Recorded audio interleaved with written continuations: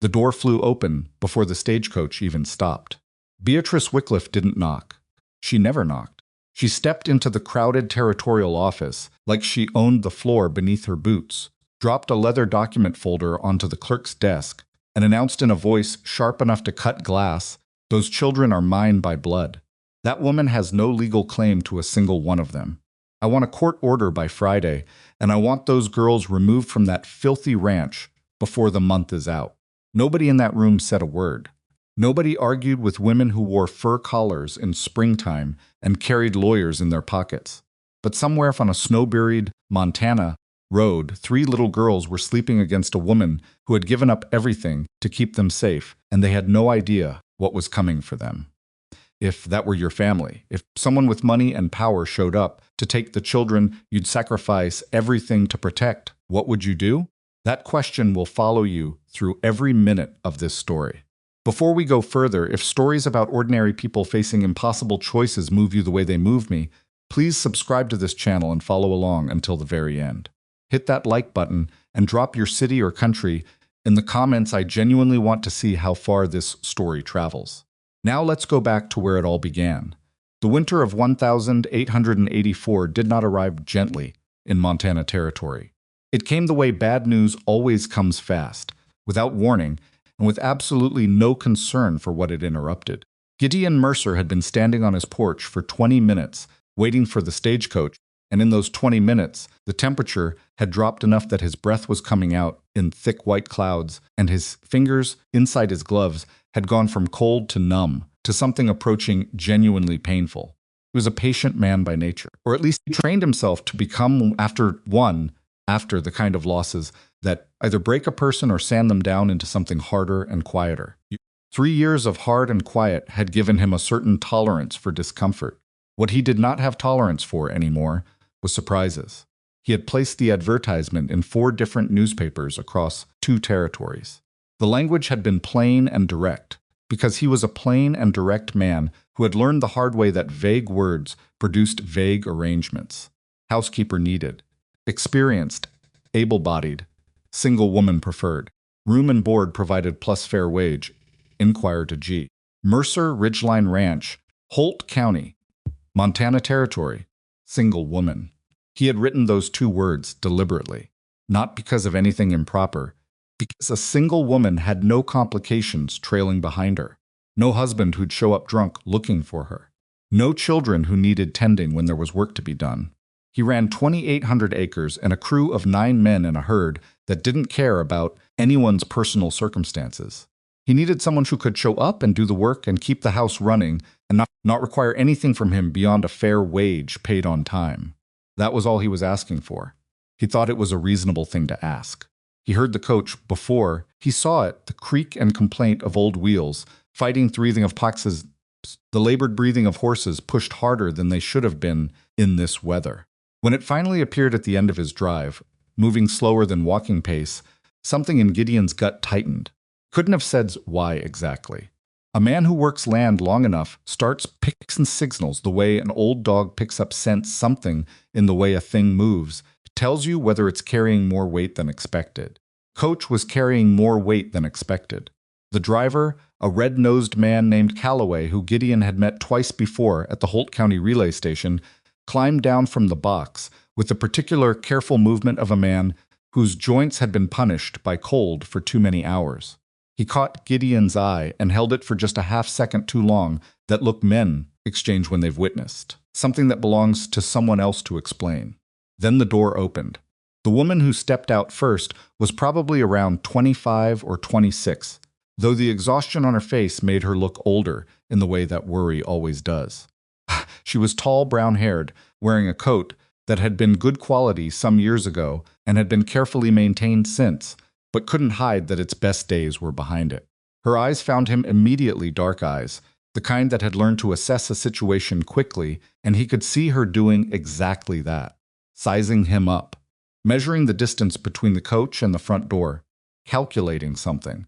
He started to say her name, started to say Miss Whitfield, I presume, the way a man does when he's trying to maintain some dignity in a freezing wind. And then a small hand appeared in the coach doorway, followed by a second hand. followed by a child. She was maybe 10 years old, dark-haired, with the particular stillness of a child who had learned very young to take up as little space as possible. She climbed down without being helped, which told Gideon something right there, and she immediately turned back to the coach and reached up both arms. A second child came next, younger, maybe 7, fair-haired, moving with the slow stiffness of someone who had been sitting still in bitter cold for too many hours. Gideon's jaw had gone tight. He could feel it. The muscle in his cheek doing that thing it did when he was working very hard to keep his expression neutral while his mind was doing something considerably less neutral. 2 children, he thought. There are 2 children. He was wrong. The woman Lenora, he would learn her name, was Lenora reached into the coach and lifted out the third one herself. And when she turned around and he saw what she was carrying, the anger that had been building in his chest did something strange and immediate. Stopped. The child she was holding was tiny. 4 years old at the absolute oldest, maybe younger, a small girl with golden curls pressed against Lenora's shoulder, and those curls were damp with something, and her lips, Gideon noticed with a jolt that went straight to his stomach, were the wrong color. Not pink, not even pale.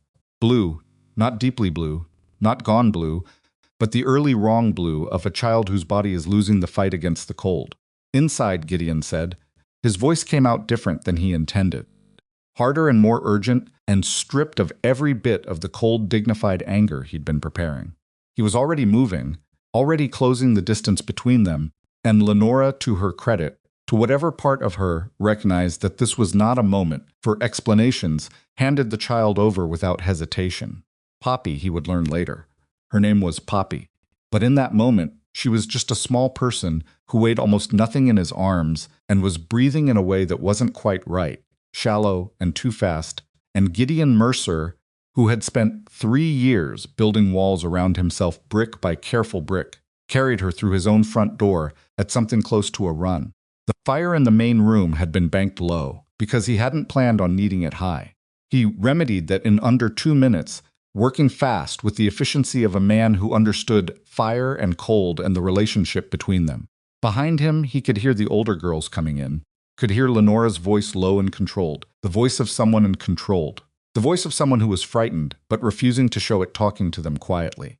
He didn't look up from the fire. Blankets, he said. Cupboard in the hall, second shelf. He heard movement. He heard the oldest girl, Mabel, though he didn't know her name, yet find the cupboard and open it without being told twice. He settled Poppy as close to the growing fire as he dared, angled so the heat would reach her face and chest first. Her eyes were closed. She wasn't unconscious exactly, but she wasn't responsive either. In that drifting half-state that children slip into when their bodies are focusing every available resource on simply continuing to function. "Don't put her against the fire," Lenora said, kneeling across from him. Not directly. "If she's too cold and the heat comes too fast." "I know," Gideon said. He did know he'd warmed a half-frozen calf this same way once, years ago. Principle was the same. Gradual. Don't shock the system. He didn't say any of that. He just adjusted Poppy's position slightly. And Lenora reached forward and began chafing the child's small hands between her own, and for several minutes, neither of them spoke. The fire built. The room began to warm. The older girls sat on the far side of the room. He was as aware of them without looking at them, aware of the particular quality of silence that children produce when they are trying very hard not to exist. Poppy's color began to change. It took longer than Gideon wanted it to. Each minute stretched out in that particular way minutes do when you're watching for a sign and not sure if it's coming. He found himself watching the child's lips with a focus that surprised him, watching for the blue to fade, watching for pink. It came, slowly, unevenly, the way life always reasserts itself, not in a rush, but in small incremental steps that you almost miss if you're not paying attention. He felt something release in his chest when he saw it. Lenora let out a breath. Just one breath, but everything was in it.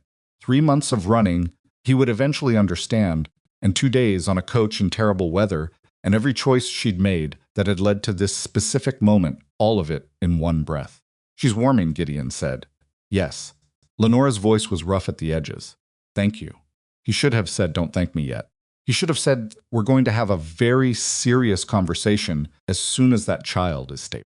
He should have maintained some portion of the controlled, reasonable anger that the situation absolutely warranted, because he had been deceived straightforwardly, deliberately deceived, and he had every right to be furious about it. Instead, he said nothing, because Poppy chose that exact moment to open her eyes. They were blue eyes, the ordinary, seeing kind this time, not the wrong kind from before. She looked at the fire first, the way small children always look at fire, with that instinctive attention. Then she looked at Lenora. Then slowly, she turned her head and looked at Gideon. He was a large man. He knew he was a large man, tall, broad through the shoulders, with a face that people had described over the years using words like serious and stern, and once, memorably, like a cliff that disapproves of you. Children sometimes found him alarming. Poppy looked at him for a long moment with the completely unself-unconscious assessment that only very small children and very old animals can manage. Then she said in a voice still rough from cold, "Is this home?" Gideon didn't answer. He couldn't, actually. Something had happened to his ability to form words that had nothing to do with the cold. Lenora put the girls to bed. In the room Gideon pointed her to, he hadn't thought about whose room it should be, just pointed at the closest one, and then she came back to the main room and sat down in the chair, across from where he was standing, and she looked at him with those dark, assessing eyes, and she said, "I know what you're about to say. Do you? You're going to say I deceived you, which I did. You're going to say the advertisement was explicit about a single woman without complications, which it was. You're going to say you have every right to put us back on that coach tomorrow morning." "All of that," Gideon said, "is correct." "I know." She didn't drop his gaze. "I'm not going to argue any of it. I'm just going to tell you the truth because I think you're owed that much, and then I'll accept whatever you decide." The truth, as Lenora Whitfield laid it out in his cold main room with the fire crackling between them, was not a simple thing. The girls Mabel, Elsie, and Poppy were her half-sisters, different mothers, same father. Her father, whom she had known only in the last few years of his life, had married a woman named Clara, and Clara had given him 3 daughters. And then fever had come through in the late summer and taken first Clara and then her father within 6 weeks of each other. He had died without a will, without arrangements, without anything except a house full of debt and 3 daughters who had nowhere to go. Lenora had gone. She'd shown up because she'd received a letter from Clara in those final weeks, and Clara had asked one thing of her, just the one thing, delivered in the shaking handwriting of a woman who knew she was dying. "Please don't let them be separated." "I'd only met them twice before," Lenora said. "I wasn't their mother. I wasn't even really their sister, not in any way that society recognized. I had no money, no property, no husband. What I had was a promise to a dying woman and 3 children who had nobody else." Gideon said nothing. He was watching her face. "I applied for 31 positions," she continued. "Housekeeper, cook, seamstress, laundress. Every single one of them, the moment I mentioned the children, the position disappeared. Some of them were polite about it. Most weren't." She paused. "Your advertisement didn't ask for references in the same way the others did. It was plain. It seemed like a plain man asking for plain help. So I wrote you and I didn't mention them, and I told myself that once you met them, once you saw them, you might understand. Or," Gideon said, "I might put 3 children back in a coach in the middle of a Montana winter." "Yes," she said it flatly. "That was the risk. I calculated it and I chose to take it." A pause. "I'm sorry for deceiving you. I'm not sorry for the children." Fire popped. Outside, the wind had picked up again, and the sound it made through the gaps in the old window frames was not a comfortable sound. Gideon thought about a lot of things in the silence that followed. He thought about 31 doors that had closed in her face. He thought about a woman writing a letter from a deathbed. He thought about a small voice asking, "Is this home?" in the tone of someone who had stopped expecting the answer to be yes. He thought about a 4-year-old with blue lips. He thought, with a specific and particular pain that he kept very carefully behind the wall where it lived, about another 4-year-old with golden curls. "The girls sleep tonight," he said finally. "You sleep tonight. Tomorrow morning, you show me what you can do. I'll give you 2 days." He picked up his coat from the hook by the door. "If it can't work, I'll pay the fare back to wherever you're going, and I'll write you an honest reference. But I will not put a sick child in a coach in a blizzard. He was halfway out the door. He needed air. He needed the cold. He needed some distance from his own kitchen when Lenora's voice came after him. Mr. Mercer. He stopped. Why 2 days? He stood with his back to her for a moment. When he answered, his voice was careful and even, because I'm not an unreasonable man. And because that little girl asked me a question I didn't have an answer to, and I'd like the chance to think about it. He walked out into the dark and the cold, and the wind hit him like a wall, and he stood there in the dark for a long time, listening to Montana try to bury everything in white. Inside the house, behind the firelit windows, 3 orphan girls were sleeping for the first time in months without moving. And Gideon Mercer, who had made a science out of feeling nothing, was already in considerably more trouble than he knew. The morning came gray and bitter, the kind of morning that Montana specializes in during the deep months of winter. So not dramatic, not picturesque, just cold and relentless and indifferent to whatever anyone had planned. Gideon was up before 4, the way he always was, moving through the dark house in the particular silence of as a man accustomed to being the only person in it. Except he wasn't the only person in it anymore. That realization hit him somewhere around the 3rd step down the hallway, when he heard breathing behind the closed door of the spare room. 3 separate sets of breathing, 2 of them light, and even one of them slightly ragged. Still Poppy, he thought, still working through whatever the cold had done to her chest. He stood outside that door for probably 10 seconds longer than he needed to, listening, and then he made himself move. The kitchen was cold. He built the stove fire the way he always did.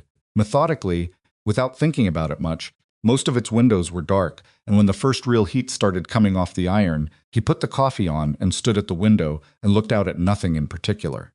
His crew wouldn't arrive until 6. He had 2 hours of quiet, same as always. Except that at 5 minutes past 4, the kitchen door opened. Lenora Whitfield came in wearing the same coach she'd traveled in, her dark hair not quite fully pinned, one sleeve still being worked past her elbow. She stopped when she saw him. He stopped, looking out the window. They regarded each other across the kitchen for a moment, with the particular awkwardness of 2 strangers who had both had the same idea at the same time and were now forced to reckon with each other's existence at an ungodly hour. "Coffee," he said, which was not exactly a greeting, but was the best he had at 4 in the morning. "Please." She moved toward the stove with a familiarity that surprised him, not his stove specifically, but stoves in general, the way she read where things were likely to be before she opened the cabinet. She found the cast iron skillet on the 2nd try. She found the flour without asking. "Do you eat breakfast before the crew arrives or with them?" 4. "Eggs?" "Whatever's available." She opened the back larder door, assessed what was inside with the quick inventory of someone who has learned to cook around whatever exists, rather than whatever she'd prefer to have, and started doing several things at once, without making a production of it. Gideon watched her for about 30 seconds before he decided watching her felt strange and turned back to his coffee. It was not a comfortable silence, exactly, but it was a working silence, which was different, and Gideon found he could tolerate a working silence. What he couldn't quite account for was the smell. By the time the light outside had shifted from black to the particular dark blue of very early morning, the kitchen smelled like something that his kitchen had not smelled like in 3 years. Bread warming, salt pork crisping, something with onion. The kind of smell that wasn't remarkable in any individual component, but in combination produced the specific sensation of a house that had a person in it who gave a damn about the people who lived there. He ate what she put in front of him without commenting on it.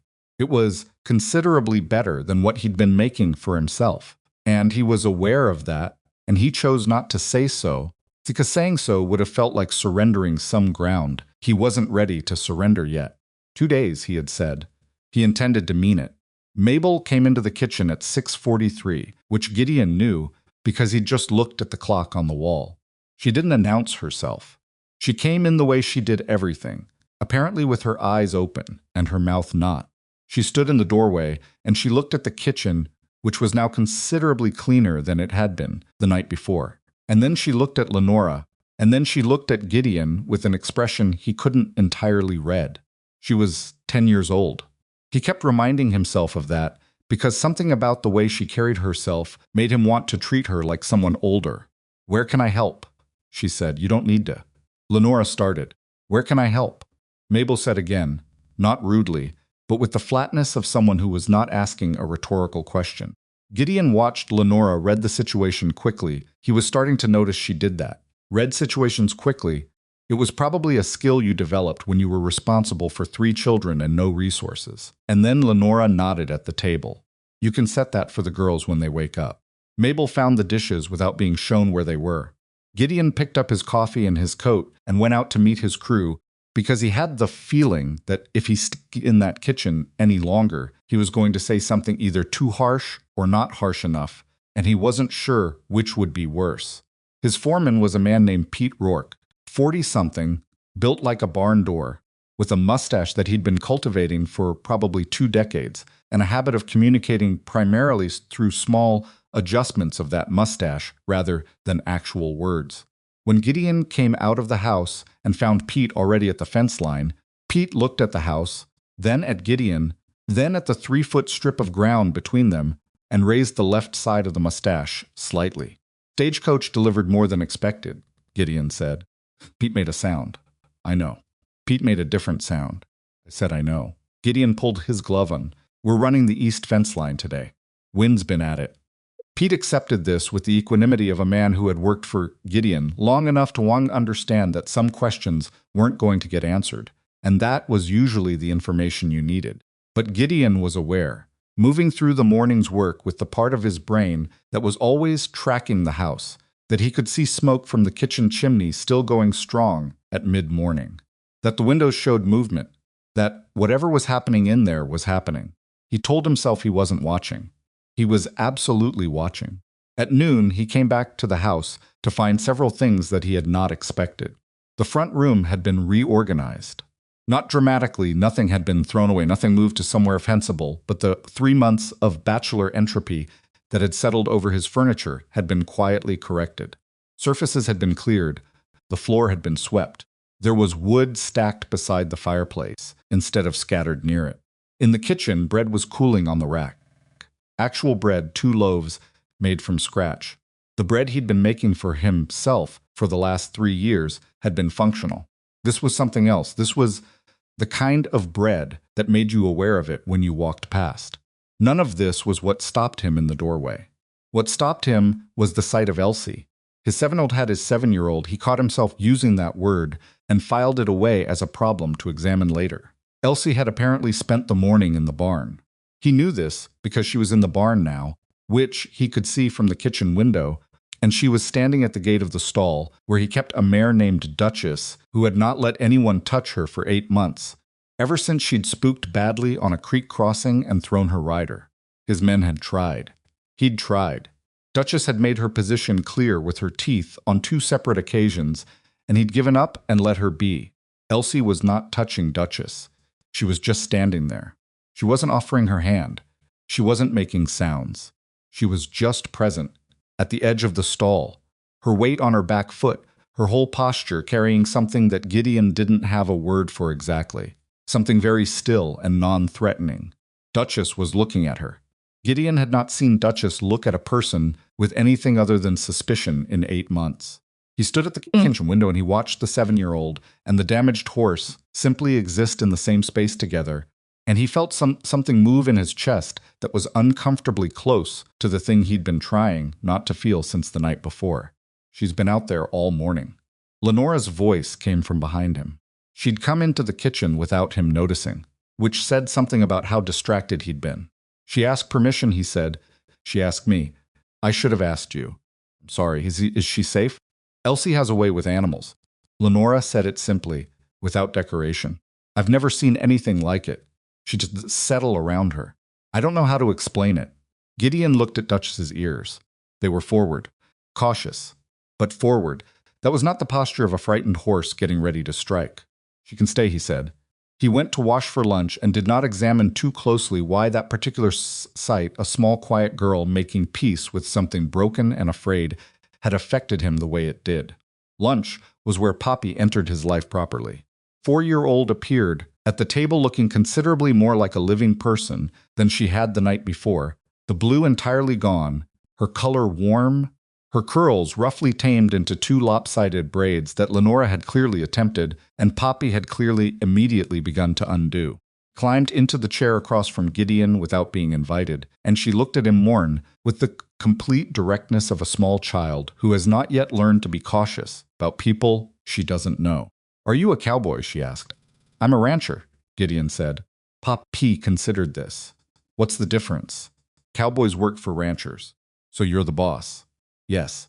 "Mama Lenora says you're deciding if we can stay."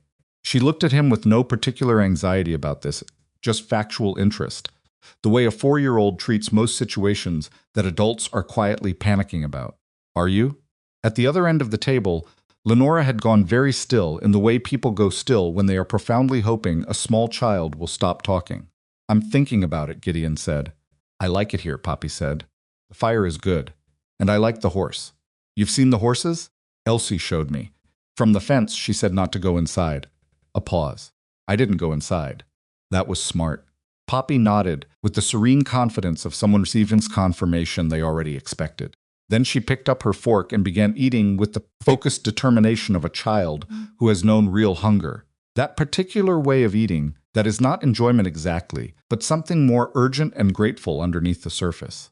Gideon watched her for just a moment. Then he looked down at his own plate and ate, and he did not say anything for the rest of lunch. And he was aware that this was partly because he didn't trust what might come out if he opened his mouth. The afternoon was harder.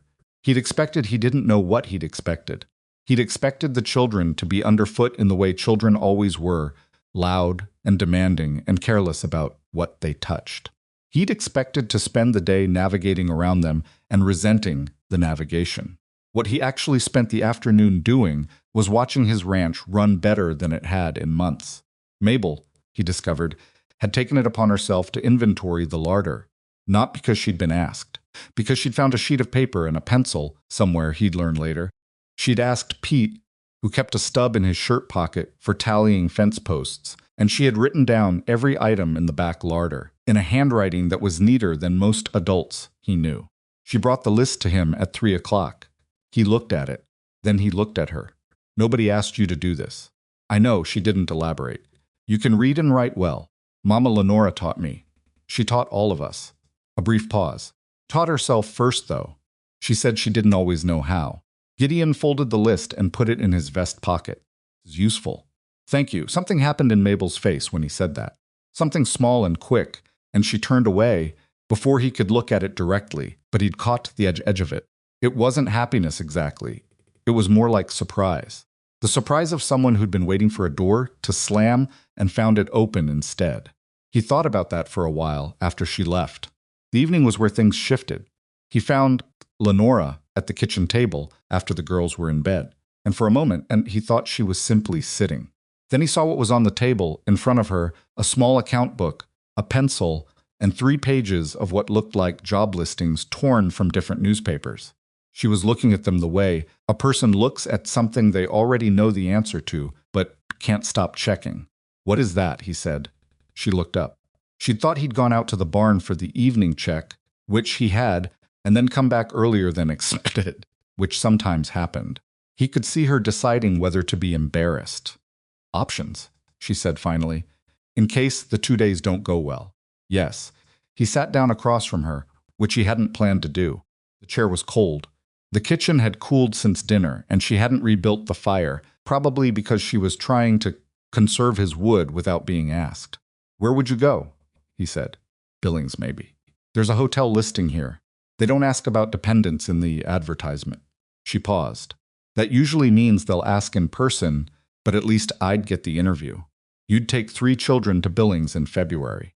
I'd take 3 children wherever I needed to take them." He looked at the job listings. He looked at the account book, which showed a column of numbers that told him very plainly how much money she did not have. He looked at her face, which showed him nothing of him that she was almost certainly carrying, because she had learned a long time ago that showing fear to a stranger was a luxury she couldn't afford. "The house hasn't looked like this in 3 years," he said. Lenora waited. The bread was good. He said it the way he said most true things, bluntly and without setup. The girls aren't underfoot. Elsie has a better eye for horses than two of my actual hired men.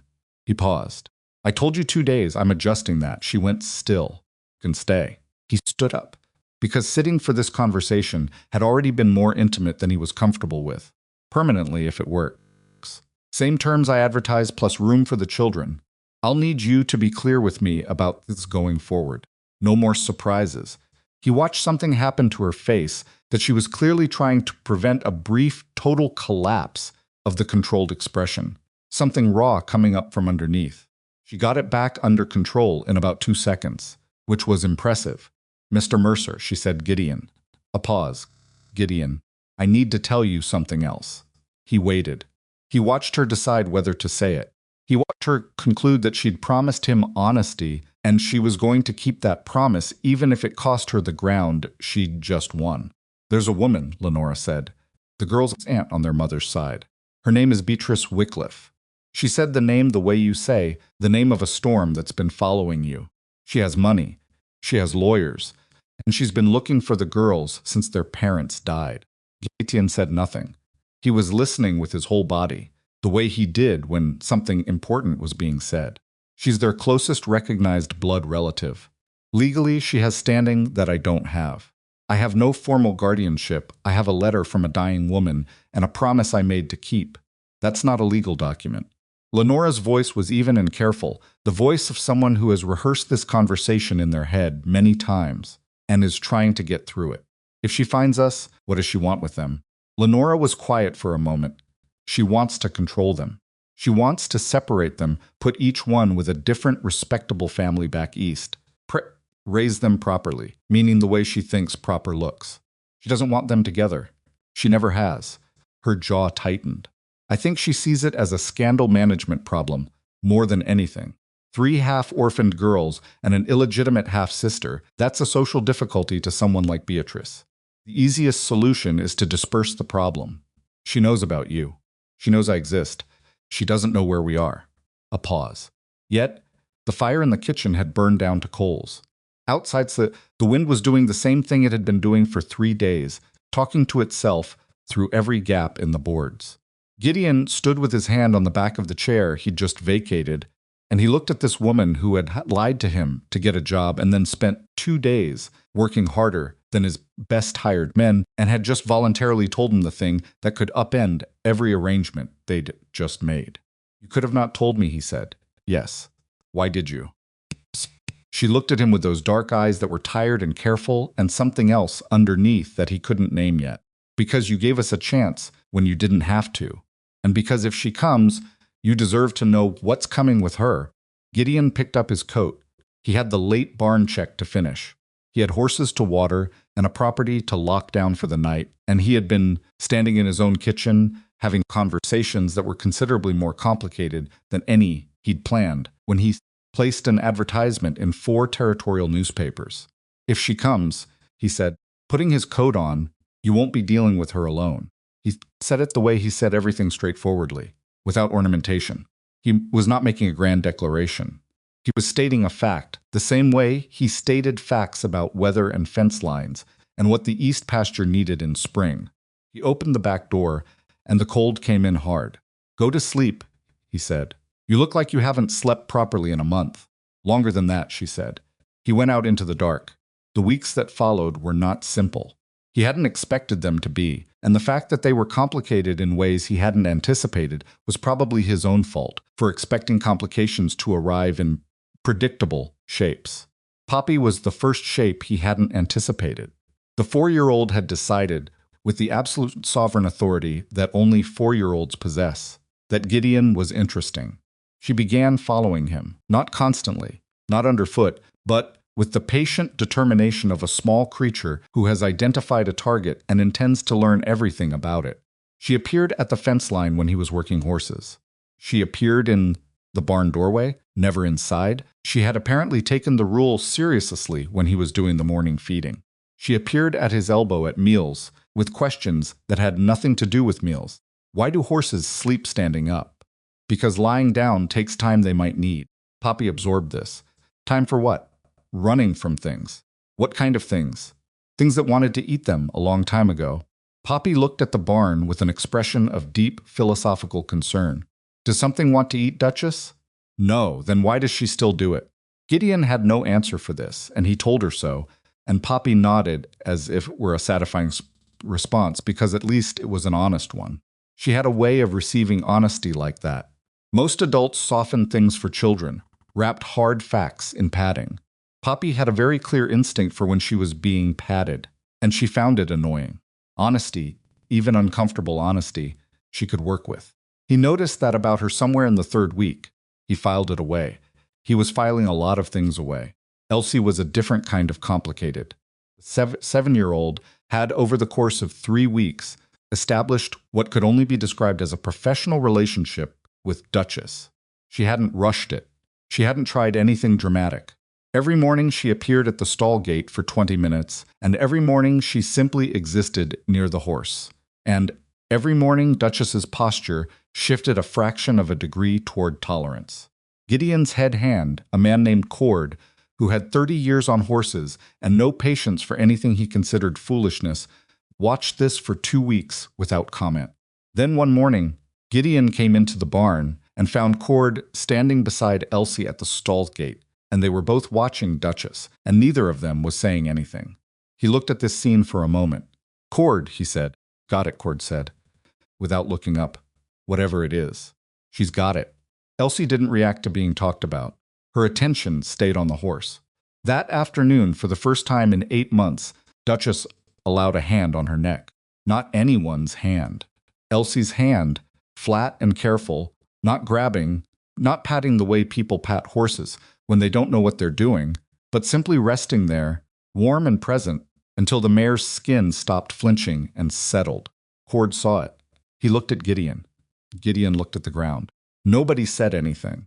But that evening at dinner, Gideon looked across the table at Elsie, quiet Elsie, who usually ate with her eyes down, and he said, "You have a gift with horses." She looked up.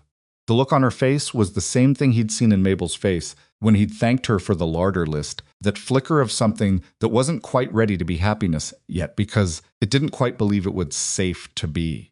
Cord thinks so too, Gideon said, and Cord doesn't say things he doesn't mean. Elsie's back down at her plate, but the line of her shoulders was different. Lenora, across the table, looked at Gideon with an expression he didn't examine. Mabel was the hardest shape to account for, and it took him the longest to understand why. She worked. That was the first thing she worked constantly, with a focus and a drive that would have been impressive in a grown adult, and was frankly alarming in a 10-year-old. She woke up early, and she helped Lenora, and she kept track of things, always kept track of things, what they used, what they ate, what wore out, what needed replacing. She had created, in a small notebook she'd found somewhere, an informal household ledger.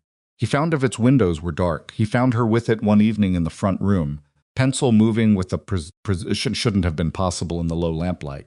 "What are you doing?" he said. She didn't hide it. She looked up at him directly and held up the notebook. "I'm keeping track of what?" "Everything." She said it without shame or self-consciousness. "What we eat, what we use, what we cost." He sat down. Not because he'd planned to, but because something in the way she said "what we cost" required him to be at her level rather than above it. Why? Mabel looked at him with the expression of someone who is about to explain something they consider obvious. Because when you know how much you cost, you can see when you start costing too much.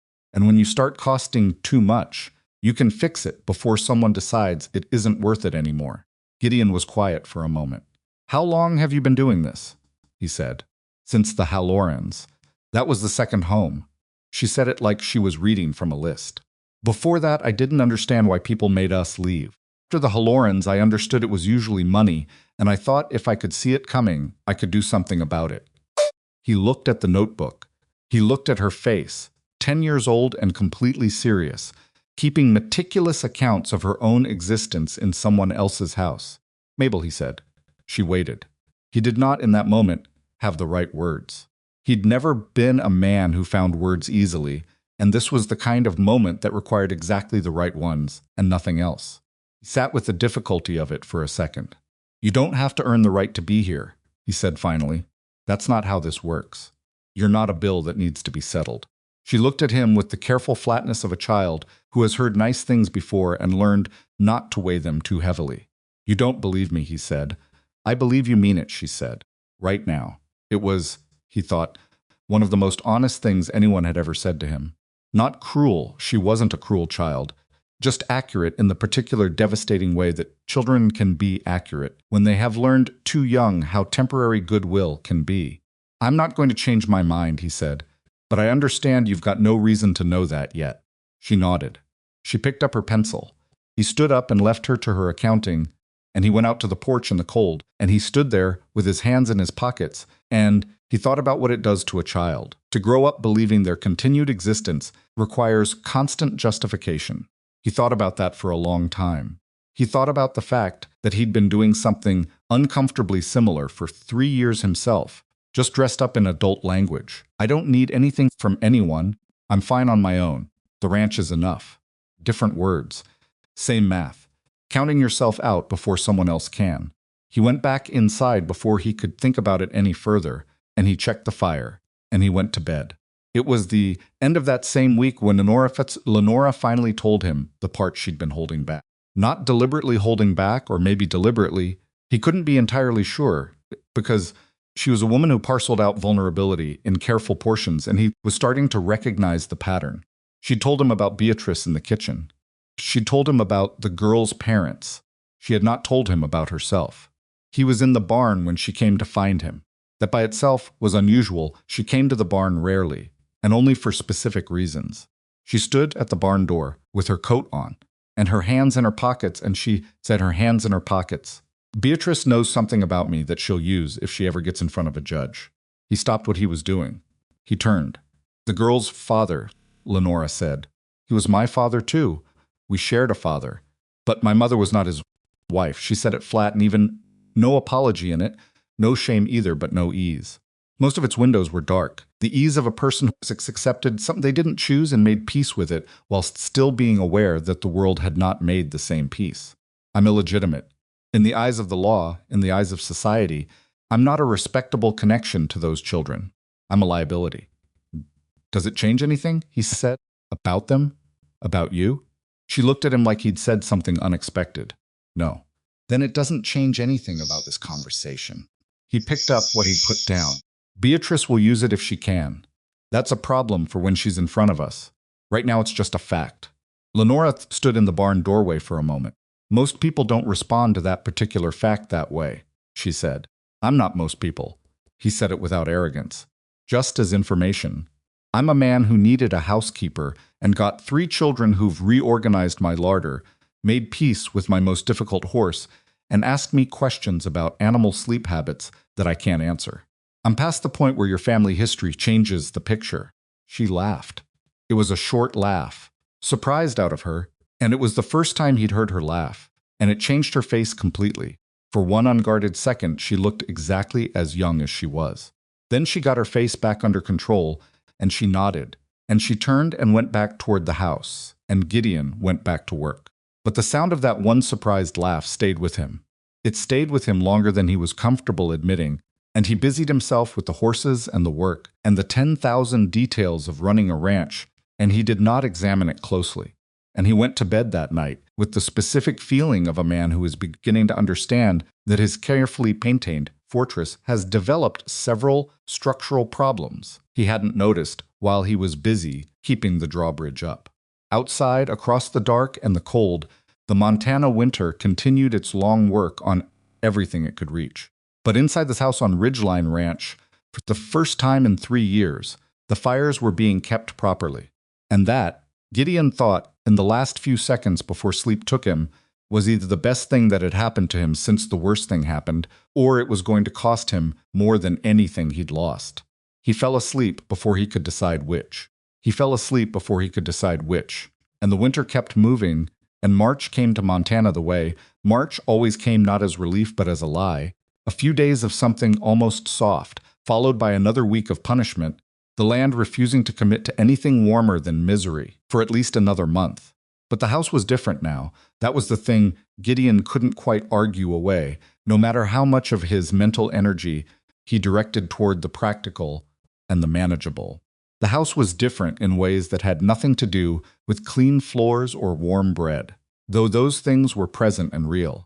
It was different the way a room is different when someone has opened a window that's been shut for you. You notice the air before you notice what changed. He noticed it most in the mornings. He'd always woken early and moved through a silent house and carried his coffee to the window and looked at nothing in particular while he assembled himself for the day. He still did all of those things. But now there was breathing behind a closed door down the hall, and there was the sound of Lenora in the kitchen, 15 minutes after he was up, and there was Poppy's particular pattern of waking a burst of movement, a brief negotiation with gravity, then small feet on the floorboards heading somewhere with purpose. He didn't comment on any of this. He just registered it. The way you register a change in barometric pressure. Something in the air that the body notes before the mind does. The problem with noticing it was that noticing it made him think about what it had been like before, and thinking about what it had been like before led to a place he had an extensive and well-practiced system for not going. He managed. He was good at managing. And then, on a Thursday morning in the first week of March, when the sky was the specific pale gray of weather that hasn't decided what it wants to do yet, he came around the side of the barn and found Poppy sitting on an upturned feed bucket talking to Pete Rourke. Pete, who communicated with most adults through selective deployment of mustache movements, was squatting on his heels in front of the 4-year-old, and he was talking. Actual words, a full sentence, which Gideon had not heard Pete produce in a conversation that didn't involve horses or fence line in approximately 2 years. He stopped walking. And the gray one is smoke, Pete was saying, pointing toward the near pasture. The brown one with the white on his nose is Copper. He's old. Don't let him fool you with the sad eyes. He gets plenty to eat. Which one is the fastest? Poppy said. Pete considered this with the seriousness it apparently deserved. Depends on the day. That's not an answer. No, Pete agreed. It isn't. Gideon stood at the corner of the barn for probably 10 seconds, watching his permanently taciturn foreman have a philosophical conversation about horse speed with a 4-year-old on a bucket, and felt something move across his face that took him a moment to identify. He was smiling. He stopped immediately, from reflex, and went back around the barn the way he'd come, and spent the next 10 minutes doing nothing in particular near the fence line while he reestablished control over his own expression. This was the problem. This was precisely the problem. It wasn't the big things he could handle, the big things, the larder lists and the bread and Elsie with the horses. Those were observable, measurable, things he could relate to work and usefulness. The small things were what got through the gaps. Poppy on a bucket. The way Mabel's shoulders had changed over 2 weeks, a degree of tension releasing that he hadn't known was there until it wasn't. The sound of Lenora laughing, that one short surprised sound, replaying itself in his head at inconvenient moments. He was a man who had learned grief the hard way, that the only protection against it was to have nothing to lose. He had operated on that principle for 3 years, and it had worked, the way that any principle works when the conditions that tested are absent. The conditions were no longer absent. 3 weeks into March, Lenora found the grave. He hadn't hidden it, exactly. It was behind the east side of the house, under a cottonwood that was old enough that he'd stopped being able to put his arms around it sometime in his 30s. A simple stone marker, because he'd not been in a state to commission anything more when he'd had it placed, and then every year after that, the idea of changing it had felt like a betrayal of something, though he couldn't have said what. Stone just said Eleanor, and below that, and Rose, and below that a year. He was coming back from the barn when he saw Lenora standing at the fence that bordered the tree. She wasn't doing anything. She wasn't touching anything. She was just standing there, reading the stone. He could have gone around. He could have gone back to the barn and waited her out.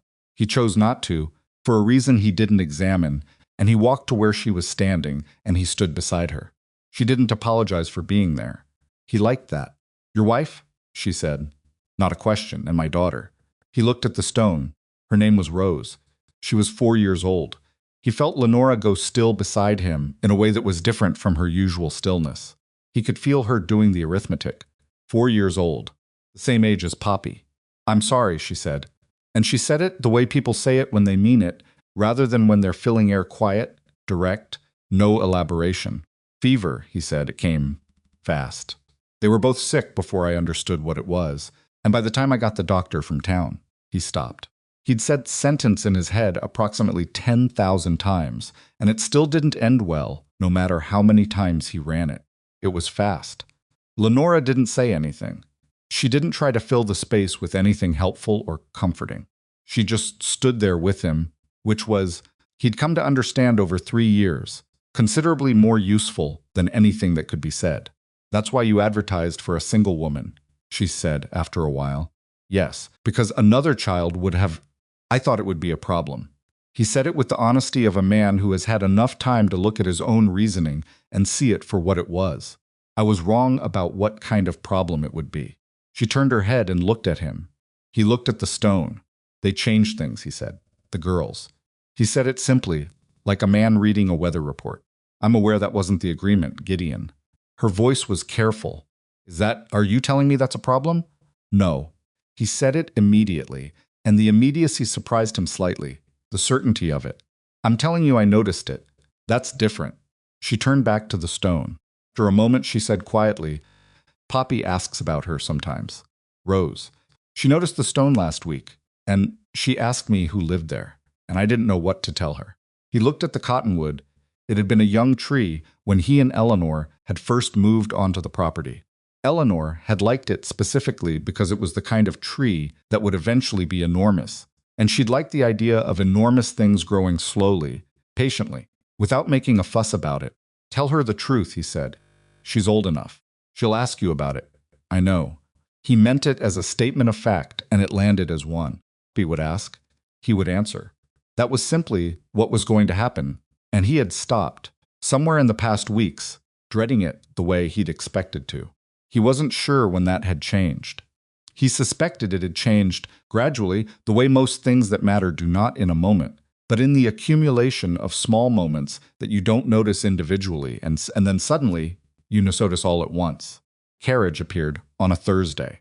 Gideon was at the south fence with Cord, and another hand named Harley, doing the kind of fence repair that would have been easier in summer but couldn't wait until summer, when Cord looked up at the road and made a sound that caused Gideon to look up too. It wasn't a local rig. He knew every horse and vehicle in Holt County well enough to know a stranger on sight, and this was a stranger, an expensive one. The carriage was the kind of vehicle you didn't see in Montana territory, except when someone had come from somewhere else and wanted you to know they came from somewhere else. Black lacquered sides, brass fittings, a driver in an actual coat rather than the improvised weather gear that every working person in the territory wore. It was heading up his drive. He told Cord to finish the section, and he walked back toward the house, not running, because he'd trained himself years ago not to respond to the unknown at a run when walking would tell him just as much. He was halfway across the yard when the carriage stopped and the door opened. The woman who stepped out was 60, maybe 65, with the kind of posture that suggested it had been corrected daily since childhood. She was dressed expensively, not practically, which said everything about the fact that she'd chosen to present rather than to arrive. Behind her came a man in his 40s carrying a leather document case that he held with the particular care of someone who knows its contents are a weapon. Gideon had never seen Beatrice Wycliffe before in his life. He knew immediately who she was. She saw him coming, and she turned toward him with the practiced ease of a woman accustomed to controlling rooms before she entered them. Her eyes went over him once, quickly, with an assessment he recognized because he'd seen it in auction rings calculating value, calculating leverage. Mr. Mercer, she said, not a question. She already knew. Mrs. Wycliffe, he said. Something flickered in her face. She hadn't expected him to know her name, and she didn't like that he did. She recovered in less than a second. She was very good at this, and extended one gloved hand. Shook it. I believe we have something to discuss, she said. I believe we do, he said. Come inside, he made himself say it. Made himself use the basic courtesy of it. Not because he felt courteous. He felt something considerably more like the specific cold focus that preceded a fight, but because he needed to see her in his house, needed to know what she did when she walked through his door and saw what was in it. She followed him inside, and the first thing that happened was Poppy.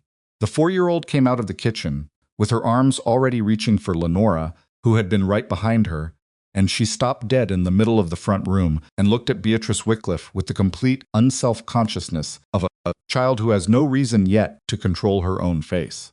She didn't reach for her. She didn't smile. She took 2 small steps backward until she was against Lenora's legs, and she looked at Beatrice with an expression that was somewhere between assessment and instinct. Children, Gideon had noticed, were often correct about people before adults were. Beatrice looked at Poppy with an expression that was not cold, exactly. More like the look of a person examining an accounting problem. Something to be categorized and resolved. "This must be Priscilla," Beatrice said. "Her name is Poppy," Lenora said. Her voice was steady. Gideon could see her hands, and her hands were not steady, but her voice was. Her christening name, Beatrice said, with the air of someone correcting a minor but persistent error, is Priscilla. Her mother named her Priscilla in the records. "She goes by Poppy," Lenora said. "She's gone by Poppy her entire life." Beatrice's gaze moved from Poppy to Lenora with the slow deliberateness of someone who wants you to know they are choosing when to acknowledge you. "Lenora," she said, "you look well enough, considering." Gideon watched Lenora absorb that and file it away without reacting to it, and he thought, she's done this before. She's been on the receiving end of Beatrice Wycliffe's particular brand of casual diminishment, and she's learned how to absorb it without flinching. He did not like Beatrice Wycliffe. He had not expected to like her. He liked her even less than he'd not expected to. "Please sit down," he said, because managing this required him to control the environment, and controlling the environment required him to maintain the role of host rather than opponent for now. He looked at the attorney. "Harrow," the man said. "Edwin Harrow.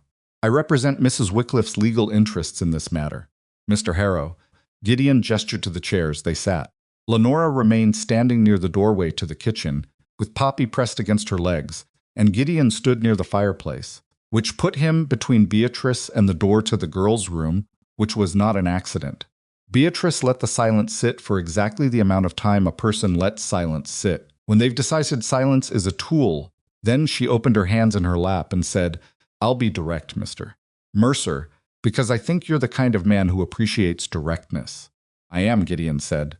"The 3 girls, Mabel, Elsie, and Priscilla, are my late sister's daughters. My sister Clara married a man named Whitfield, and when both Clara and Whitfield died, those children became the responsibility of the family. My family." She said the word family with a weight that excluded Lenora from it, so precisely it was almost surgical. This woman, a brief nod toward Lenora, has no legal standing as guardian. She is not their mother. She is not their legally recognized relative. She is the illegitimate daughter of a man whose only legitimate family is sitting in that house down the hall. The room was very quiet. Gideon looked at Lenora. She was looking at a point on the wall above Beatrice's head, with the expression of a person who knew exactly what was coming and had decided to let it land rather than dodge it. As the closest recognized blood relative, Beatrice continued, "I have both the right and the moral obligation to ensure those children are raised properly." She paused, and her eyes moved around the room with a brief tour of Evaluation Ranch House. In the middle of a territory, under the supervision of a woman with no legal authority over them. "And what would proper look like?" Gideon said. His voice was even. "Each girl placed with a suitable family. Good families I have already made inquiries. Families with education, standing, stability. The elder girl could attend a fine school in Philadelphia. The middle one could be placed with my husband's cousin in Znainet." "Separately," Lenora said. Beatrice looked at her. "You just described separating them," Lenora said. 3 different families. 3 different cities. Children do not require. They're sisters." The control in Lenora's voice cracked, just at the edges, just enough. "They've lost everything. Their mother, their father, every house they've lived in since. The only thing they have that hasn't been taken from them is each other. You want to take that too and call it proper." Beatrice looked at Lenora the way a person looks at a weather event, something that is inconvenient, but ultimately irrelevant to the outcome. "I understand you are emotionally invested in this situation, Lenora. But emotion is not law, and affection is not guardianship." "She's right." The voice came from behind Gideon. He turned, and so did Beatrice. Mabel was standing in the doorway to the hall. She had clearly been there for some portion of the conversation, and her face was doing something that Gideon recognized now, that flat, controlled expression that meant she was feeling something very large and had decided that feeling it where anyone could see it was not an option. "She's right that affection isn't guardianship," Mabel said. Her voice was 10 years old and completely steady. "But you came here to take us. I remember you." Her eyes moved to Beatrice with a directness that made the older woman shift slightly in her chair. "You came to the house after Mama died. You looked at us like we were a problem that someone had left on your porch." "Mabel," Lenora said softly, "you told your lawyer that the easiest solution was to place us quickly." Mabel said it without heat, which was somehow worse than heat. "Just information. I was standing on the stairs. You didn't see me." The room was extraordinary in its silence. Beatrice recovered herself. "Children remember things imperfectly," she said. "That is simply the nature of—" "I keep records," Mabel said. "I wrote it down that night. The exact words. Because I've learned that when someone tells you what they think you are, you should write it down so you don't forget it later when they're being nice." Beatrice looked at the 10-year-old for a moment with an expression that for the first time showed something other than calculation. It might have been discomfort. "You will take your sisters and go to your room," Gideon said to Mabel, not harshly. But finally, Mabel looked at him. He met her eyes and gave her the smallest nod. "I have this," and she absorbed it, turned, and went back down the hall. He heard her gather Poppy from Lenora's side. A moment later, heard 2 sets of small feet on the floorboards, heard a door close. Then he turned back to Beatrice Wycliffe. "You came here to tell me what you're entitled to," he said. "I've listened. Now I'll tell you where I stand."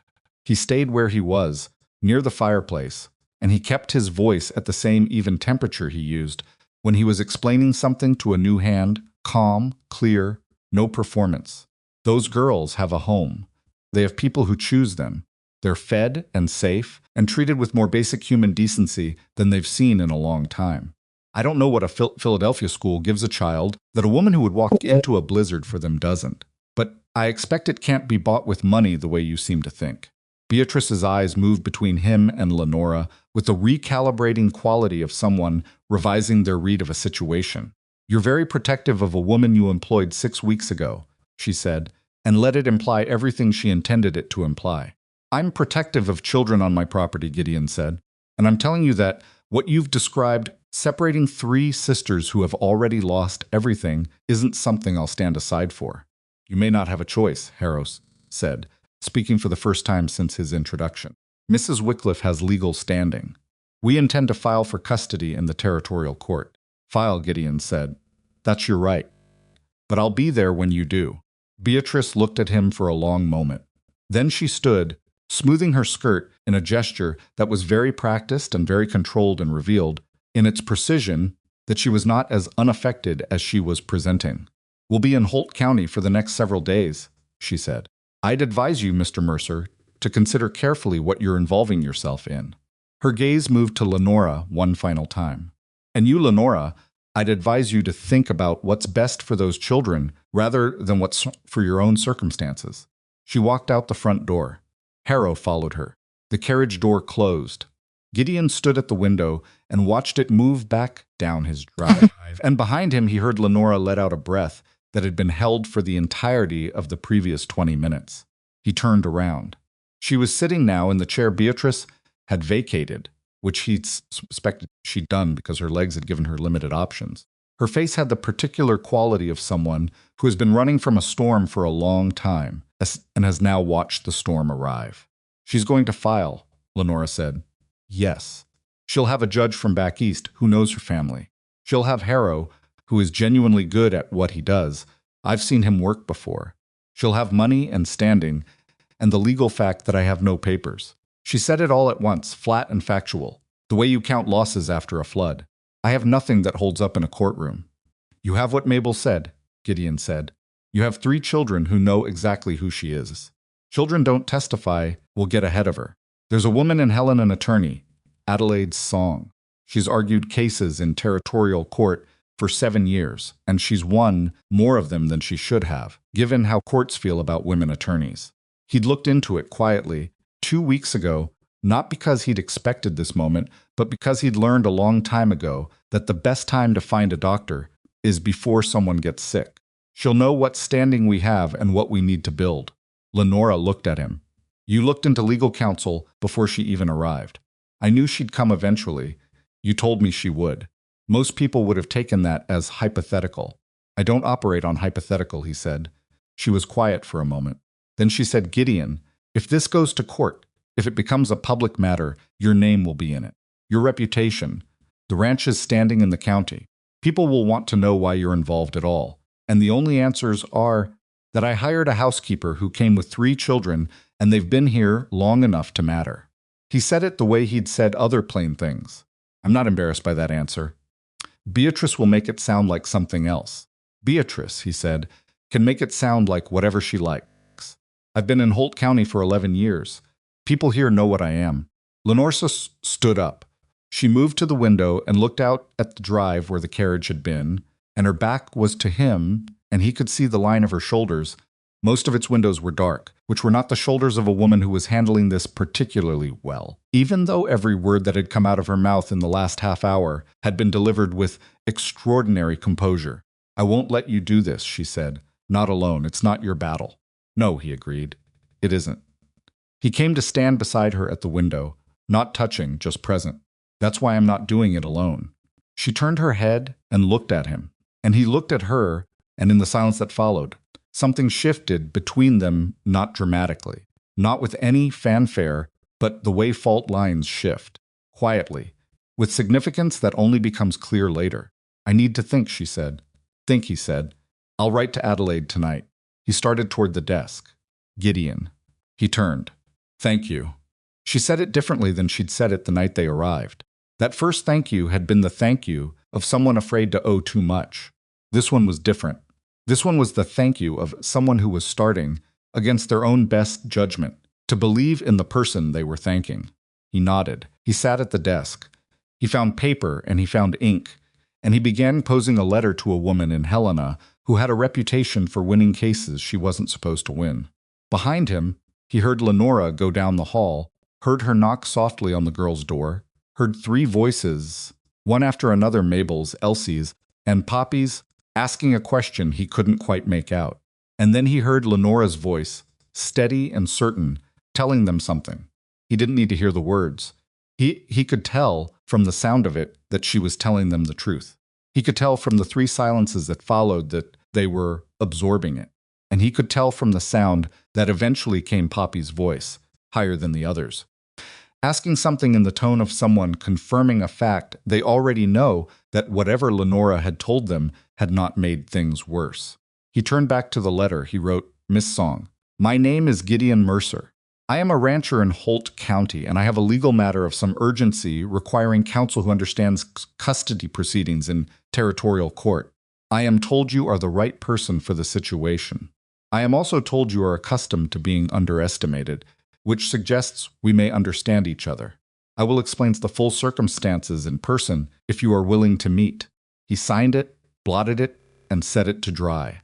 Outside, the pale gray sky of earlier had finally committed. It was snowing again, not the killing blizzard of January, just a steady, quiet snowfall, the kind that covers things without drama and makes the world look, for a few hours, cleaner than it actually is. He looked at it for a moment. Then he reached for another sheet of paper, because there was a second letter he needed to write. And this one was harder. This one was to the county clerk's office, because whatever came next in a courtroom, there was one thing that Gideon had been turning over in his mind since the moment. Beatrice Wycliffe walked out his front door, and it was this. Lenora was going to stand before a judge as a wandering, unmarried, illegitimate woman with no papers and no legal claim to the children she'd given everything to protect. That was a picture a judge could dismiss in an afternoon, unless the picture changed. He sat with the blank sheet for a long time, longer than he usually sat with anything, because he was a man who moved fast on decisions once he'd made them and slow on the making, and what he was considering was not a small thing. It was not a temporary thing. It was not a thing you could take back once you'd done it. He thought about Lenora's face at the window. He thought about Mabel on the stairs with her notebook, writing down the exact words of people who had told her what she was. He thought about Elsie and Duchess, and the particular quality of patience that it took to make peace with something broken. He thought about Poppy on a feed bucket, asking Pete Rourke questions about horse speed that had no satisfying answers. He thought about Eleanor's grave under the cottonwood, and the stone that said in rose, and the specific character of an absence that you carry so long it starts to feel like a presence. And then he stopped thinking, and he picked up the pen. He had been a man in a fortress for 3 years, and the fortress had felt like protection, and it had been nothing of the kind. It had been a very elaborate way of making sure nothing good could reach him either. He was done with that, he wrote. The letter to Adelaide Song went out on the Friday morning stage, tucked between a supply order and a note to the county clerk's office that Gideon had written and sealed without showing to anyone. He told himself it was practical. He told himself it was strategic. He told himself a lot of things over the following 3 days, while he waited for a response from Helena, and most of those things were true enough to be convincing, which was the particular danger of being an intelligent man trying to lie to himself. You could always construct a reasonable argument. What was also true, and what he was less comfortable examining, was that he'd written that second letter in about 4 minutes flat. A man who moved slowly on decisions didn't write a letter proposing marriage in 4 minutes unless the decision had already been made somewhere below the level of conscious deliberation. He didn't say anything to Lenora. Not yet. He had a specific dread of saying the thing wrong, which he recognized as irrational. Lenora Whitfield was not a woman who would collapse at an imperfect proposal, but the irrationality didn't make the dread smaller. He'd been straightforward his entire adult life, and he was finding that the most straightforward thing he could imagine saying felt under these circumstances like something that required precision he wasn't sure he had. I need to ask you something practical. It won't be comfortable, but I think it's the right move, and I want you to consider it without feeling obligated. He rehearsed variations of that sentence while feeding horses, while running fence line, while doing the 100 physical tasks that his body could handle on its own, while his mind worked on something else. None of the variations sounded right. They all sounded either too cold or too warm, too calculated or too sentimental, and he couldn't find the middle where the real thing lived. Meanwhile, the house continued being a house in ways he kept noticing against his will. Poppy had taken to drawing. Lenora had found her a stub of pencil and several sheets of paper from his desk she'd asked first, which he noted, and Poppy had started filling those pages with the particular determined artwork of a 4-year-old who has a very clear idea of what she's seeing and considerably less clear idea of how to translate it. She brought the drawings to whoever was nearest. When she finished them, which meant Gideon received several during the course of that difficult week, each one presented with the complete seriousness of an artist showing work to a critic. The first one was a horse. He could tell it was a horse because she told him it was a horse. "That's Duchess," she said, pointing at what appeared to be an oval with 4 lines extending from it. "I can see that," he said, which was not entirely accurate, but felt like the right response. "She's standing still because she's calm," Poppy explained. "Elsie made her calm." "I know." Poppy looked at the drawing critically. "Her legs are wrong. They're fine. They're too short." She took the paper back, studied it, and added more pencil lines to the legs with a focus that reminded him, with a specific and personal intensity, of Mabel doing her household accounts. The same concentration, the same refusal to accept something imprecise when precision was available. He watched her work. He was doing a lot of that lately. Watching. He'd always been an observer. It was part of how he ran the ranch, part of how he read weather and livestock and the subtle signals that told you when something was about to go wrong. He'd applied that same attention, without particularly meaning to these 3 girls and the woman who'd brought them, and what he was accumulating was a picture that he couldn't look away from, no matter how many practical reasons he gave himself to try. Adelaide Song arrived on Wednesday. She came on horseback rather than by coach, which was the first thing he registered, and she came alone, which was the second. She was somewhere in her mid-30s, Chinese-American, with the particular bearing of a woman who has walked into a great many rooms that were not expecting her, and has made a discipline of arriving better prepared than anyone expected. She tied her horse at his post and came to the door and knocked, and when he answered, she looked at him with eyes that were measuring him the same way he was measuring her, and then she said, "Mr. Mercer, your letter was interesting." "Come in," he said. She met Lenora at the kitchen table, and Gideon watched the two women take stock of each other. Across the table, with the mutual and rapid intelligence of people who don't have time to waste on performance. Adelaide asked questions with the efficient precision of someone who already knew which answers mattered and was cutting straight to them. How long had Lenora been in physical care of the children? Had she any written documentation of the parents' wishes? What exactly had Clara Whitfield's letter said, and did she still have it? Lenora had it. She'd carried it in the lining of her coat since the day Clara gave it to her, a single folded page, worn along the creases from being handled too many times. The ink faded but legible. She put it on the table. Adelaide read it carefully. Then she read it again. "It's not a legal document," she said. "I know," Lenora said. "It's a mother asking someone to protect her children. Courts have given that exactly as much weight as you'd expect, which is not much." Adelaide set the letter down. "But it's evidence of intent, and it's evidence of your relationship to these children, which is relevant. Beatrice Wickliffe's argument is going to rest on the fact that you're legally nothing to them. Our argument has to establish that legally nothing is not the same as actually nothing. Can that argument win?" Lenora asked. Adelaide looked at her. "I've won with less, but I need to understand one thing." Her eyes moved to Gideon. "Your letter mentioned an interest in the county clerk's office. Are you still considering what I think you were considering?" The room was quiet. Lenora looked at him. This was not how he'd planned to do it. He'd planned something. More privacy, more preparation, a better arrangement of words than what he currently had available. But Adelaide Song was sitting across from him with the patient expression of a woman who had cleared a full day to ride out to Holt County and did not intend to leave without the information she needed to do her job. "Yes," he said. Then he looked at Lenora directly, because she deserved direct.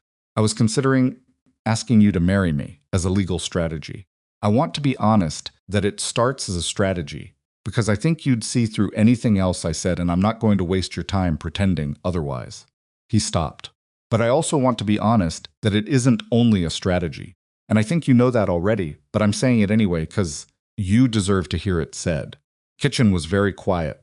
Lenora was looking at him with the expression she wore when she was processing something large and had not yet reached the other side of it. "If we marry," Adelaide said, with the brisk practicality of a woman who had just gotten the confirmation she needed and was moving forward, the picture in front of the judge changes substantially. Lenora is no longer an unmarried woman with no household and no standing. She's the wife of an established landholder with 11 years of county roots, a functioning ranch, a crew, and a reputation that will carry weight in a territorial court. Beatrice Wickliffe's portrait of her as a drifting liability becomes considerably harder to paint. "And the children?" Lenora said. "Gideon, as your husband, becomes the male head of household and a de facto guardian in the court's eyes. Combined with the letter, combined with however many weeks of demonstrated physical care you've already provided, combined with the children's own stated preferences." Adelaide paused. "Won't be certain. Nothing in a courtroom is certain. Beatrice has money, and Harrow knows what he's doing. But it shifts the balance significantly." Lenora looked at the table for a moment. Then she looked up at Gideon. "You understand what you're asking," she said. It was not quite a question. "I understand what I'm asking," he said. "This isn't temporary. Marriage in this territory." "I know what marriage is," he said quietly, but with the finality of a man who has thought about this considerably longer than the last 5 minutes. "I've been married before. I know what it is." Something moved through her face at that, an acknowledgement of Eleanor and Rose that she didn't try to put into words, which was right, because words would have been wrong. "I need a day," she said. "Take what you need." Adelaide had already opened her document case and was writing something. "I'll need an answer before Friday to file the right paperwork. The hearing is set for 2 weeks from Monday." She looked up. "Whatever you decide, I need to start building the case now. The marriage strengthens it considerably. The lack of one doesn't end it." She looked at Lenora. "You are not without argument even on your own. I want you to know that." Lenora nodded. Adelaide closed her case, stood, and with the manner of a woman who understood what would, when a room needed fewer people in it, excused herself to water her horse. Gideon and Lenora were alone. The fire had burned down to the working level it held through most of the afternoon, and the kitchen held the particular smell it always held now. bread and wood smoke, and the faint animal smell of cold coat that had been hung near the door. His kitchen, which had smelled like nothing for 3 years, smelled like people lived in it. "I'm not going to ask you to do this," Lenora said. "I want you to know that. I'm not going to stand here and let you feel like I'm expecting it. I know you're not, because it's a real thing." She stopped. "Tried again. I've been managing on my own for a long time. I've made hard decisions and lived with them, but this is your life too, and I don't." She looked at her hands on the table. "I don't know how to accept something this large from someone without feeling like I'm taking from them." "You'd be giving something back," he said, "whether you can see that right now or not." She looked at him. "I'm aware this house was in a different condition 6 weeks ago," he said. "I'm aware that everything in it was in a different condition." He paused. "Including me." She held his gaze for a long moment. Then quietly, "Give me until morning." He gave her until morning. She came to him before the sun was properly up, which told him she probably hadn't slept much, which he could relate to, because he hadn't slept much either. She found him at the kitchen stove, where he'd been for an hour, and she came in and stood near the table, and she said, "Yes." One word. He turned around. She was wearing her coat over her nightgown, her hair loose, her feet in boots she'd pulled on without lacing. She looked nothing like the composed, careful woman who had arrived on his porch in the snow, and he thought she'd never looked more like herself. "Yes," she said again, as if making sure he'd heard it.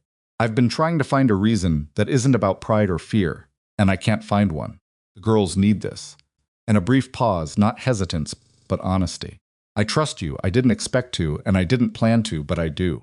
"That'll do," he said, which was what he said about things he considered settled and right. Almost smiled. They were married 2 days later. The ceremony was not a grand occasion. The county judge, a man named Faber, who had known Gideon for 8 years, and asked exactly one question you both clear on what you're doing, and accepted the answer without elaboration. Pete was there, standing to the side in his best coat with his arms folded and his mustache deployed at a formal angle. Cord was there. Mabel stood beside Lenora with the specific expression of a child, watching something important happen and trying to record every detail of it. Elsie stood very straight. Poppy, who had been told this morning what was happening, was vibrating with an excitement that had nothing to do with legal strategy and everything to do with the fact that someone had told her she could call Gideon Papa if she wanted to. She had started immediately. She called him Papa Gideon 3 times on the walk to the judge's office, testing it each time like a word in a language she was just learning. Each time, something happened in Gideon's chest that he'd stopped trying to name and started simply allowing. Judge Faber read the legal portion. They both said what was required. Faber signed the paper, and it was done. On the walk back to the ranch, with the girls ahead of them and Pete and Cord a respectful distance behind, Lenora said quietly, "How are you?" "Fine," he said. "Gideon." He looked at her. "I'm better than fine," he said, with the particular difficulty of a man whose honesty has always been easier in one direction than the other. "That's as close as I can get right now." "That's close enough," she said. Adelaide Song arrived back at the ranch 4 days before the hearing, and she brought the case she'd built, and she spread it across his kitchen table and walked them through it with the methodical precision of a general showing troop positions before a battle. Beatrice's argument, Adelaide explained, was going to have 4 pillars: Lenora's illegitimacy and lack of legal standing, Lenora's history of deception, specifically the false employment application, the absence of formal guardianship documentation, and the claim that the children's current circumstances were inferior to what Beatrice could provide. "She's not wrong about any of the facts," Adelaide said. "She's just wrong about what they mean, and that's the distinction we have to make the judge understand." She looked at them both. "Harrow will put Lenora on the stand, and he will take her through every decision she made that looks bad on paper. The job application, moving from place to place, failing to establish legal guardianship through proper channels." She paused. "I want you to tell the truth about all of it." Lenora looked at her. "Excuse me? Don't defend it. Don't minimize it. Tell him exactly what you did, exactly why you did it, and exactly what you would do differently if you had the resources Beatrice Wycliffe has always had." Adelaide's voice was steady. "A woman who lies in court is a woman hiding something." A woman who admits her failures and explains them in terms a human being can understand. That's something else. That's a risk, Lenora said. Everything in a courtroom is a risk. This is the risk I'm choosing. Adelaide looked at her. Can you do it? Tell the truth in front of a judge in a courtroom and Beatrice Wycliffe without flinching. Lenora was quiet for a moment. I've been telling the truth since the night I arrived, she said. Can keep doing it. Good. Adelaide turned to Gideon. You'll be asked about your decision to hire her despite the children, your decision to allow them to remain, and your reasons for the marriage. You'll be asked it several ways by Harrow, and some of the ways will be designed to make it sound like the marriage was a legal maneuver. It was partly a legal maneuver, Gideon said, yes. And you'll say so. Adelaide looked at him with something that might have been approval. Because a man who admits that and then explains every other reason he did it is a man who sounds like he's telling the truth, which you will be. She moved the papers on the table and found the sheet she wanted. Children. I want to prepare you for the possibility that Harrow asks to have them present. Children, Gideon said. They're children whose opinions a judge may consider relevant. Particularly Mabel, she's 10, she's articulate, and from what you've described, she is not a child who can be managed by a lawyer's framing. Adelaide paused. Poppy is 4.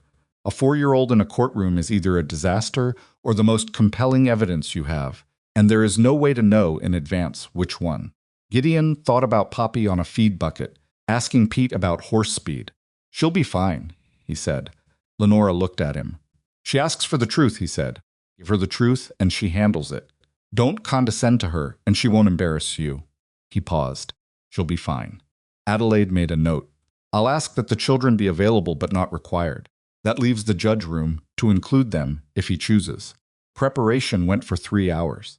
By the end of it, Gideon had a very clear picture of what the hearing was going to look like and a very honest assessment of their odds, which Adelaide put at better than even but not certain, which was the most honest thing a lawyer had probably ever said to him. After Adelaide left, the house was quiet in the way it got quiet, when something large was coming and everyone could feel it. Poppy found Gideon on the porch. She came out without her coat, realized her mistake, and went back for it with the dignity of a person who has made a decision and intends to own it, and then she came back out and stood beside him and looked at the dark yard. Are we going somewhere? She said. We're going to town in a few days, to a building where a man will ask us questions. What kind of questions? Questions about whether this is your home. Poppy considered this. That's a strange question. I can see this is my home. Some people need more convincing than others, Gideon said. She looked up at him. Is the lady with the fur coat trying to take us away? He looked down at her. She's trying. She won't, though. I'm going to do everything I can to make sure she doesn't. Poppy thought about this for a moment with the focused seriousness she brought to most things. Then she said, Can I tell the man it's my home? If he asks you, yes. Will he ask me? He might. She nodded, apparently satisfied with the odds. Then she reached up and took his hand, not tentatively, not in the way a child takes a hand when they're asking permission, but in the flat matter-of-fact way of someone who has already decided this is a thing that happens and sees no reason to make a production of it. He looked at her small hand around 2 of his fingers. He did not say see anything. He stood there on his porch with a 4-year-old holding his hand in the hearing 2 weeks away, and the future arranged ahead of him in shapes he couldn't fully see yet, and he felt, underneath all the practical fear and the strategic calculation and the weight of what could go wrong, something that he hadn't felt in a very specific and personal way in 3 years. He felt like he had something to fight for. The hearing was held on a Monday. The territorial courtroom in Holt County was a room that took itself seriously without being able to quite justify it, a wooden bench behind which Judge Calvin Marsh sat with the expression of a man who had seen a great many cases and retained the ability to be surprised by approximately none of them. He was in his 50s, methodical, with a reputation for decisions that were hard to predict and harder to appeal, which was either a good sign or a bad one, depending on which side you were on. Beatrice Wycliffe arrived before them and was already seated when Gideon and Lenora came in with Adelaide. Harrow was beside her with the document case, organized and ready. Beatrice wore gray today, not the fur collar, which was a choice, which told Gideon she'd prepared for this, too. She looked exactly like what she was, a woman of means and certainty who expected the world to confirm her judgment. The girls were in the hall with Pete and Cord, who had come without being asked, which Gideon noticed and filed and would not forget. Judge Marsh opened the proceedings with a directness Gideon appreciated, laying out the matter plainly, Mrs. Wycliffe sought custody of 3 minor children currently residing with Gideon and Lenora Mercer. The court would hear both sides. He would determine the outcome based on the best interests of the children, which was the standard, and he intended to apply it without sentiment in either direction. Harrow went first. He was good. Adelaide had said he was good, and she was right. He built the case the way a skilled builder constructs a wall, one piece at a time, each piece connected to the one before. He presented Beatrice's financial standing. He presented the names of the families who had agreed to take the girls, 3 separate families, one in Philadelphia, one in Baltimore, one in New York, all of them respectable and documented. He presented Clara Whitfield's estate records, which showed no provision for Lenora. He presented the original employment correspondence, in which Lenora had described herself as a single woman without dependents. Then he called Lenora to the stand. She walked to the chair with her back straight and her hands folded in her lap, and she looked at Harrow with the expression of a woman who has already decided to tell the truth and is not afraid of him. He asked about the application. She confirmed she'd lied. He asked why. She said she'd needed the job and believed employers wouldn't hire her with the children, which had been demonstrated 31 times. He asked about her legal standing. She confirmed she had none beyond a personal letter. He asked about the marriage when it occurred, how quickly after Beatrice's first visit, what the motivation had been. It was partly strategic, Lenora said, and partly not. I'm not going to tell you it was purely one thing when it was more than one thing, because I think you'd know I was lying and I'd rather you know I'm not. Harrow paused at that, just briefly. Then he continued. He asked about her origins. She confirmed she was illegitimate. She confirmed her father had never formally acknowledged her. She confirmed that by any strict social measure, she was not a respectable guardian for 3 girls of Clara Whitfield's family. And yet she said, and Harrow hadn't finished his question, which was a risk, but she took it, I am the person who has fed them, clothed them, kept them from freezing to death, taught them to read and write, held them when they cried, and refused to let them be separated when every other option available to me would have been easier. I don't have a document that gives me the right to love those children. I just have the fact that I did it when nobody else would. Courtroom was quiet. Harrow let the silence sit for a moment, assessing it, then moved on. Adelaide's cross was brief. She asked Lenora 3 questions, and each one was designed to do a specific thing. The first established the timeline, how long exactly had Lenora been providing daily physical care for the children. The second established the letter. She entered it formally into evidence and had Lenora read the relevant portion aloud in the quiet room. Please don't let them be separated. The third established what the children had called her for the entirety of that time. Mama Lenora. Not because they were told to, not because she'd required it, because they'd chosen it. Then Adelaide called Gideon. Harrow's questions for Gideon were careful and pointed. He asked about the marriage timeline. He asked about the business relationship. Were the Mercers not, at their core, employer and employee? He asked whether Gideon had any prior relationship with these children before Lenora's arrival. He asked whether a man of Gideon's evident practicality could sincerely claim that a marriage arranged this quickly, under these specific legal pressures, was anything other than a legal strategy. Gideon looked at him and said, partly yes. I already told you that. Harrow waited. But I'm also a man who carried a 4-year-old inside out of a blizzard and sat on the floor of his own kitchen, keeping her warm until her lips turned pink again. I'm a man whose horse that no one on my crew could touch for 8 months lets a 7-year-old rest a hand on her neck, because that child has a patience with frightened things that I've rarely seen in an adult. I'm a man who found a 10-year-old keeping household accounts in a notebook, because she'd learned from experience that children who cost too much get sent away. His voice was even, every word measured. Those are not the children of strangers. Those are my children.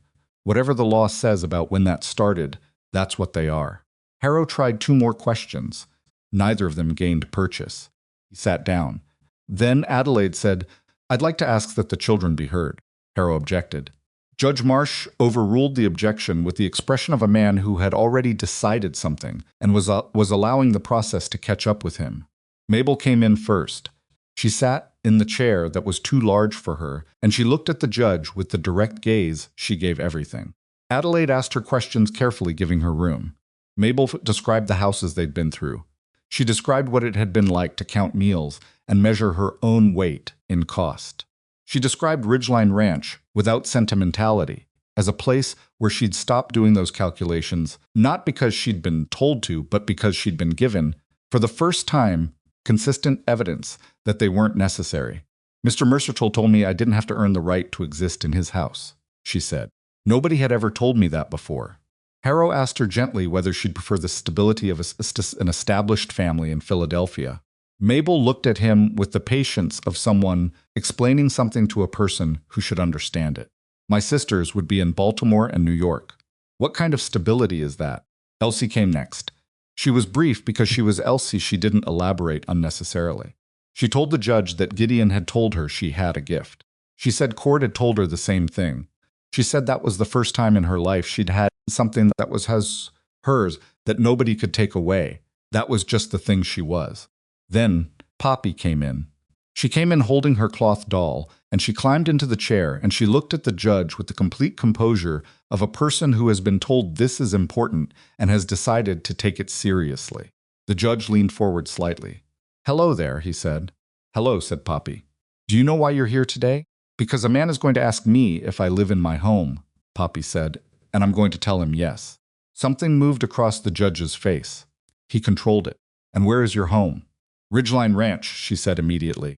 "With Mama Lenora and Papa Gideon, and Mabel and Elsie and Duchess and all the horses, and Pete, who tells me about horses, even when his answers aren't very good." In the gallery, Pete Rourke's mustache moved. "And you want to stay there," the judge said. "I already live there," Popsy said, with the gentle implication that the question was somewhat redundant. Then the judge turned to Beatrice Wycliffe. He asked her one question, just one. "Mrs. Wycliffe, these children are, by the accounts before me, healthy, loved, learning, and clearly attached to their current home and caregivers. Help me understand why removing them from that situation and separating them from each other is in their best interest." Beatrice sat very straight. "Because they are my sister's children," she said. "They are blood. It is my responsibility." "Is it your love for them?" the judge asked. "Or your sense of obligation to the family line?" The silence that followed that question lasted a long time. Beatrice opened her mouth. Then she closed it. Then she said, with the rigidity of a woman incapable of giving the right answer, "They are my blood." The judge looked at her for a moment.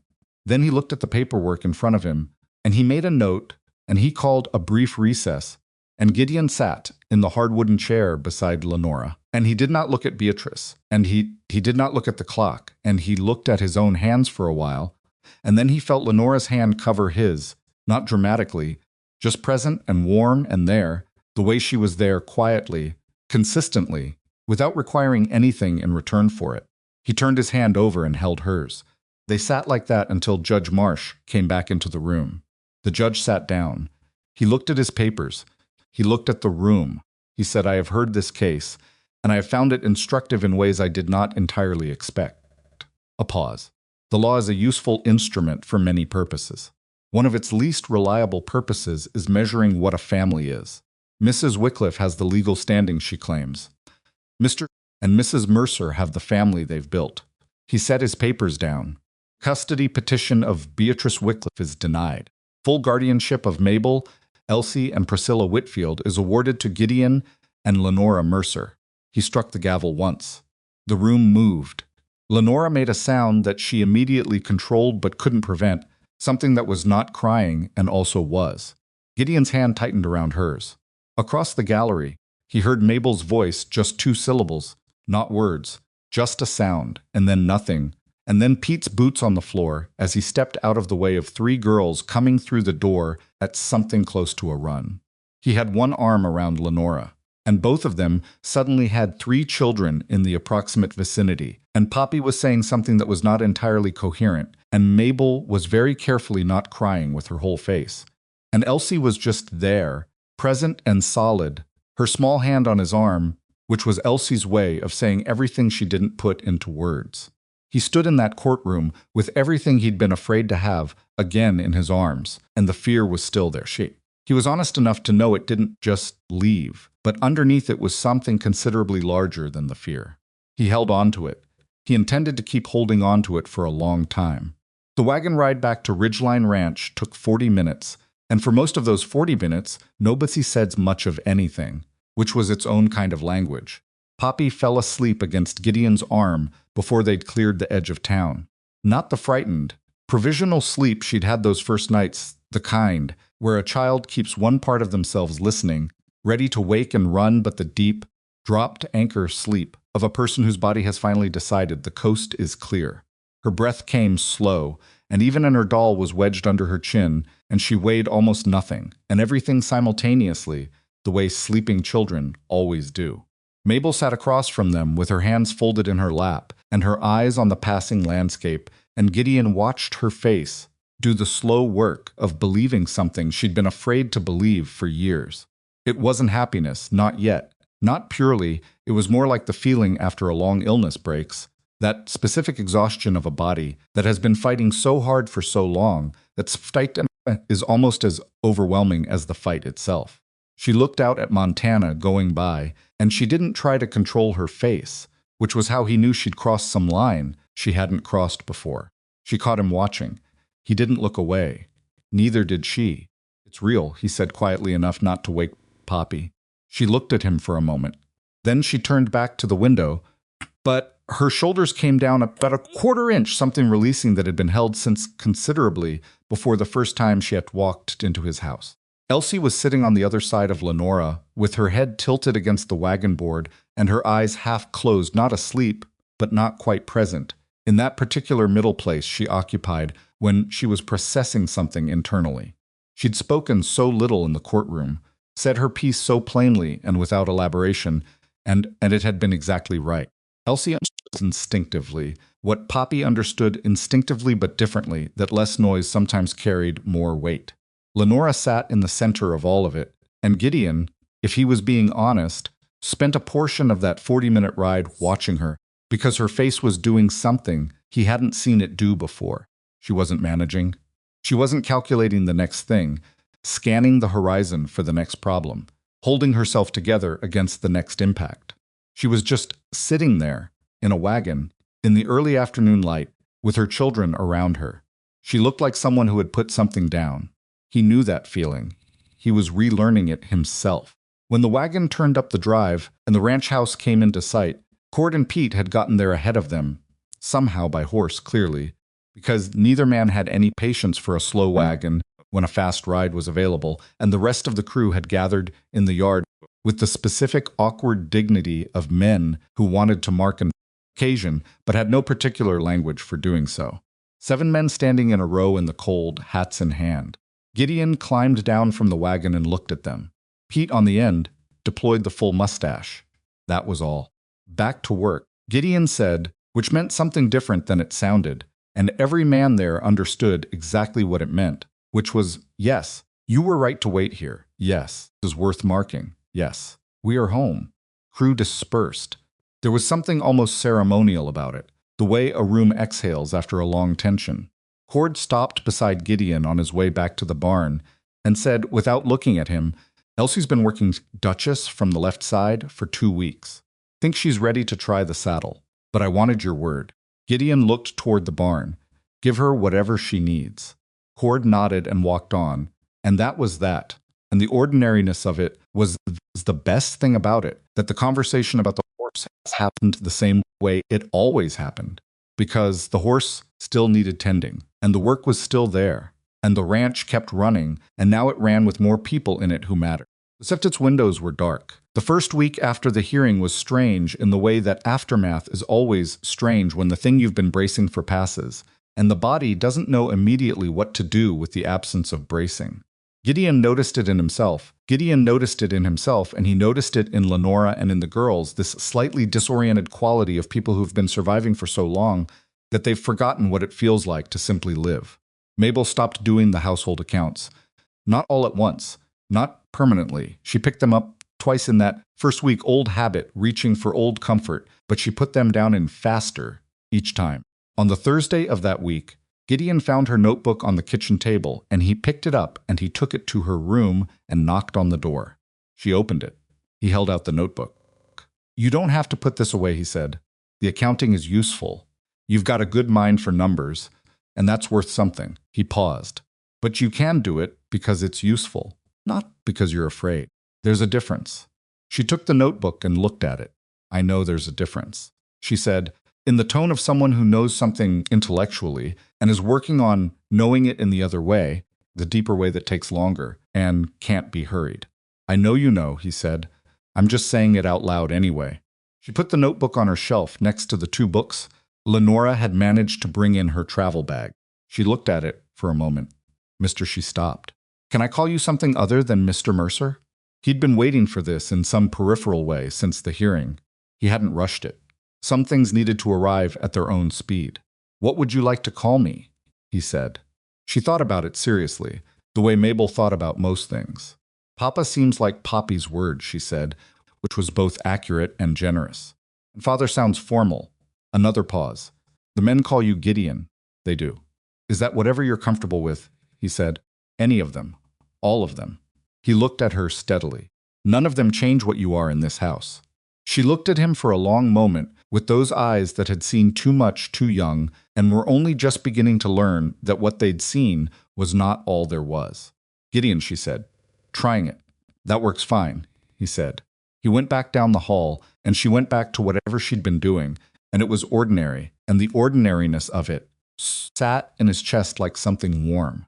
Lenora found him at the grave on a Sunday afternoon, 3 weeks after the hearing. He went there occasionally, not out of grief. Exactly the grief had changed shape over 3 years, become something he carried rather than something that carried him, but out of something that didn't have a clean name. Memory, maybe. Or the particular obligation of continuing to acknowledge a person after the world has moved on. He heard her footsteps on the frozen ground, and he didn't turn around. She came and stood beside him the way she had that first time, in the same careful way, and she looked at the stone that said Eleanor and rose. "I've been thinking about something," she said. "I don't know if it's my place to say it." "Say it." "You've been protecting this part of yourself," she said slowly, working out the words as she went. "This," she gestured at the grave, at him, at the space between them. "You've let us into the house, into the work, into everything practical. But this," she paused, "you carry this alone. I'm not saying that's wrong. I'm saying I've noticed, and I didn't want to not say anything, and have you think I hadn't noticed." He was quiet for a moment. "Eleanor would have liked you," he said. It came out more directly than he'd intended, but then most true things did. She was practical, too. No nonsense. She had a way of looking at a situation and just saying the thing, no decoration. He paused. "She would have had opinions about how long I let the house go." Lenora made a sound that was almost a laugh. "She would have liked the girls, too," he said. "Particularly Mabel. She would have recognized something in Mabel." He stopped, looked at the stone. Rose was like a Poppy. Not in personality exactly, but in the way she moved through the world. Like the world was inherently interesting, and she was in a hurry to see more of it. Lenora didn't say anything. She let him have the sentence. "I was afraid of Poppy," he said. "The first night. Not of her, I mean that she—" He tried again. "When she asked if this was home, I didn't answer because I couldn't answer. It wasn't strategic. I just didn't have any words." He looked at the cottonwood.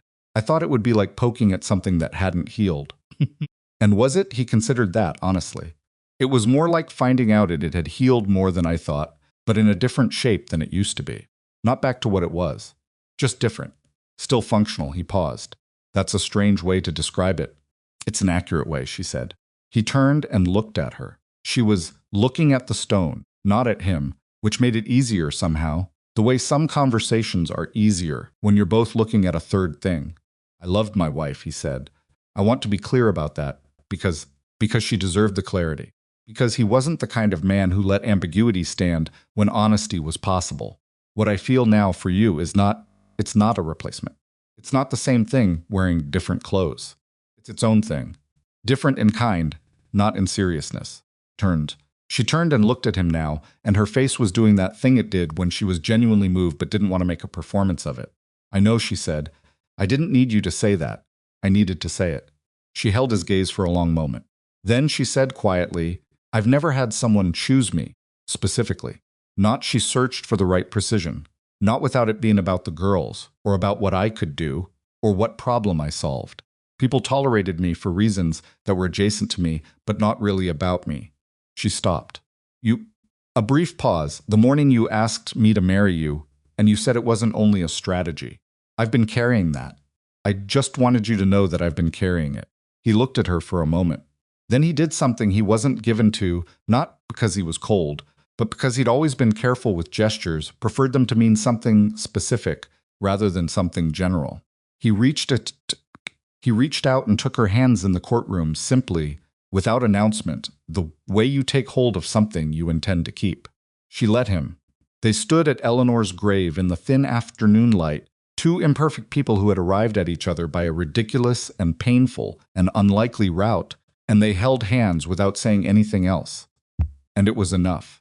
Most of its windows were dark. Spring arrived in Montana the way it always did, not all at once, not with any particular consideration for the people who'd been waiting for it, but in small, persistent increments that accumulated until one morning you walked outside and something was different in the air, and you understood that the long argument the land had been having with winter was finally, grudgingly settling.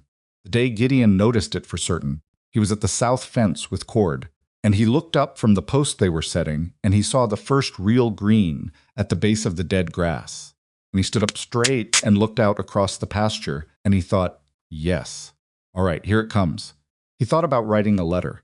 He hadn't heard from Adelaide Song since a brief confirming that Beatrice Wycliffe had departed Helena by eastbound train, and there had been no further legal activity. The note had been professional and brief, which was Adelaide's register for everything. But Gideon thought she deserved more than the fee he'd paid her. She deserved to know that the case she'd built had held, and that the people inside it were still standing. He wrote the letter that evening at the kitchen table, while Lenora read to the girls in the front room. He could hear her voice and Poppy's interruptions, which were frequent and entirely unrepentant. Most of its windows were dark, and Mabel occasionally adding a correction when Lenora's reading of a character's voice to satisfy her sense of what the character would sound like. He wrote, Miss Song, I am writing to tell you that things are well. The children are growing. My wife has organized my house in ways I could not have done myself. The ranch is running better than it has in years, partly because my foreman has quietly adopted a 7-year-old horse whisperer as an apprentice, and the horses have never been calmer. I wanted you to know, because you fought for this, and you should know it was worth fighting for. Thank you. He signed it, read it back, decided it was the most words he'd put in a personal letter in about 10 years, and sent it anyway. The expansion of the ranch was not a dramatic thing. It happened the way most right things happen gradually, with setbacks, with moments of doubt about whether the timing was correct or the investment sound. In early April, Gideon bought the adjacent 40 acres from a neighbor who was moving back east, and the purchase was not extravagant, but it was deliberate. The act of a man who had stopped thinking in terms of surviving the next season and started thinking in terms of what the land could become over time. He'd done that thinking before Eleanor died, and he recognized the return of it the way you recognize the return of a sound you'd forgotten you used to hear. Pete and Cord and the rest of the crew took on 2 additional hands in the Spring Young Men, brothers from a family in the next county, over, and the expansion of the crew meant an expansion of work, which meant the days were longer and fuller, and the house in the evenings, Nerns, was louder with the particular productive noise of a place that is building rather than just maintaining. Mabel turned 11 in May. Lenora made a cake, which was not unusual. She'd made birthday cakes for all 3 girls with the materials available. Simple things, not elaborate. What was unusual was that Gideon came in from the afternoon work and found that Pete and Cord and 3 other members of the crew had been invited to dinner, which Mabel had apparently organized herself, on the grounds that a birthday was a community occasion and the people who made up their community should be present for it. Gideon stood in his own kitchen doorway, watching his foreman try to sit in a kitchen chair without looking like he'd rather be literally anywhere else. And he thought, she planned this. Mabel, who 6 months ago had been keeping secret accounts of how much they consumed, had planned a dinner party. He caught Lenora's eye across the room. She tilted her head slightly. I know, don't make it weird. And he looked away before either of them could embarrass the child. At dinner, Pete, who had been maneuvered into the seat directly beside Poppy, which anyone with eyes could have predicted was not an accident, spent most of the meal, answering horse questions that had accumulated since the last time Poppy had adequate access to him, which had been Tuesday. He bore it with the expression of a man who is profoundly uncomfortable and also not unhappy, which was Pete's general relationship to most things he actually valued. Mabel, at the head of the table, she'd placed herself there, which Gideon had decided without deliberation to simply honor, ate her cake with the focused satisfaction of someone whose plan had come together and who was not going to pretend otherwise. He leaned toward her, quietly, while Pete was occupied. Good call, he said. The dinner. She looked at him with the particular expression she wore when she was pleased but hadn't yet decided whether to show it. Cord doesn't eat enough vegetables, she said, instead of accepting the compliment directly, which was also very Mabel. No, Gideon agreed. He doesn't. Elsie's gift with horses became, that spring, an acknowledged and factual thing rather than a remarkable exception.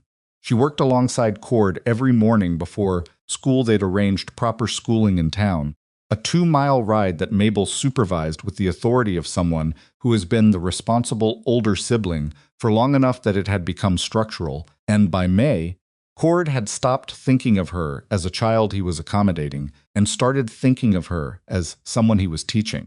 The distinction mattered to Elsie in a way she didn't put into words, but demonstrated in how she carried herself those mornings.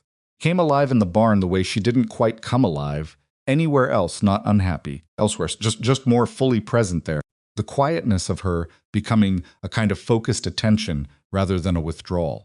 One afternoon, Gideon watched her working with a young gelding that had been giving the crew trouble, not dangerous, just uncooperative, the particular stubbornness of a horse that has decided it knows better than the humans around it. Cord was leaning on the fence watching. Elsie had been working with the horse for 20 minutes, not pushing, not demanding, just negotiating in whatever language she spoke with animals. The gelding dropped his head. Cord made a sound that, in another man, would have been a fairly significant exclamation. Gideon beside him said nothing. He was watching Elsie, who had moved one slow step forward, her hand extended, her weight balanced the way Cord had shown her. Not triumphant, not surprised, just present with the horse in the moment the horse decided to be present with her. She's going to be extraordinary, Cord said. He said it the same way he said anything flatly, as assessment rather than sentiment. In 5 years, she'll know more about this than I do. Probably, Gideon said. You should tell her that. He did tell her, that evening, while she was washing her hands at the pump. He said it plainly, without setup. She looked at him the way she'd looked at him the first time he'd said something like it, that flicker, that window opening, and this time it stayed open a moment longer before she looked away. Cord thinks so too, Gideon said. I know, she said. He told me. When this morning? She dried her hands. He said, if I keep at it, I'll have a thing nobody can take away. She said the last part with the particular weight of someone who understood what it meant to have things taken away. I'm keeping at it. Good, Gideon said.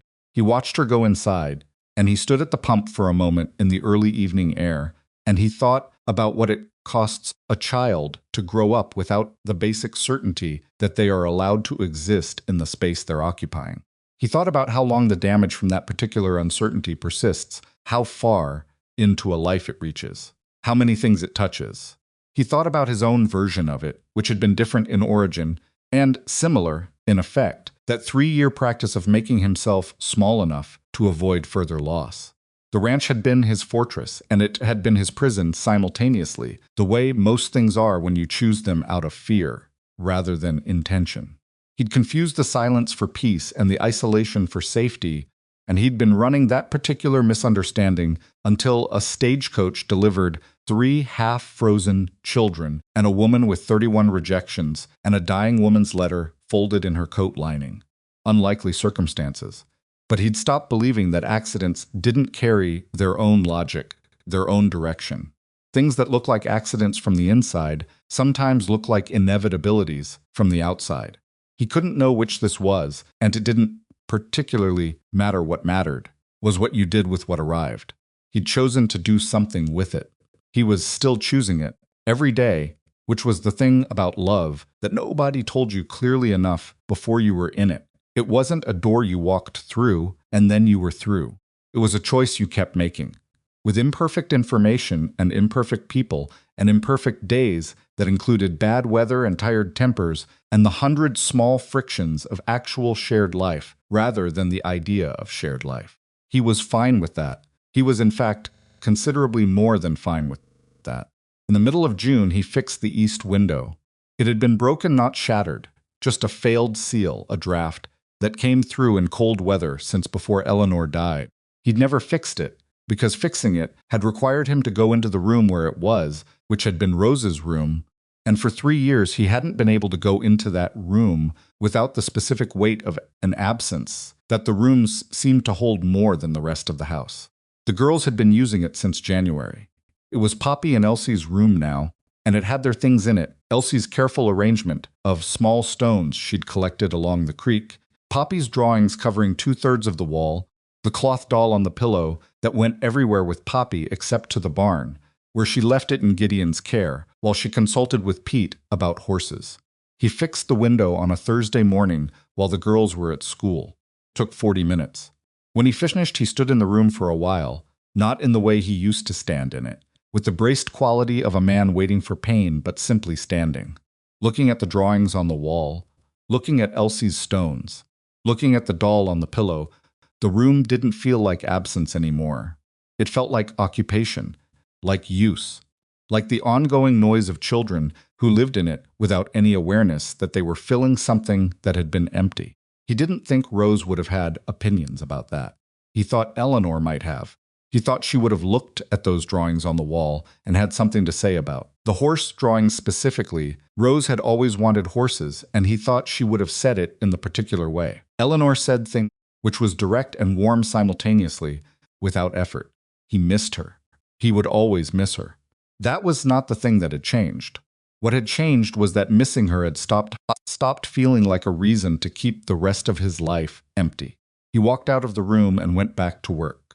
Poppy found him on the porch on a night in late June that was warm enough to sit outside without a coat, which was still something of a novelty after the winter they'd had. It was late. She should have been asleep an hour ago, and she had been asleep an hour ago, and something had brought her out of it, not a nightmare.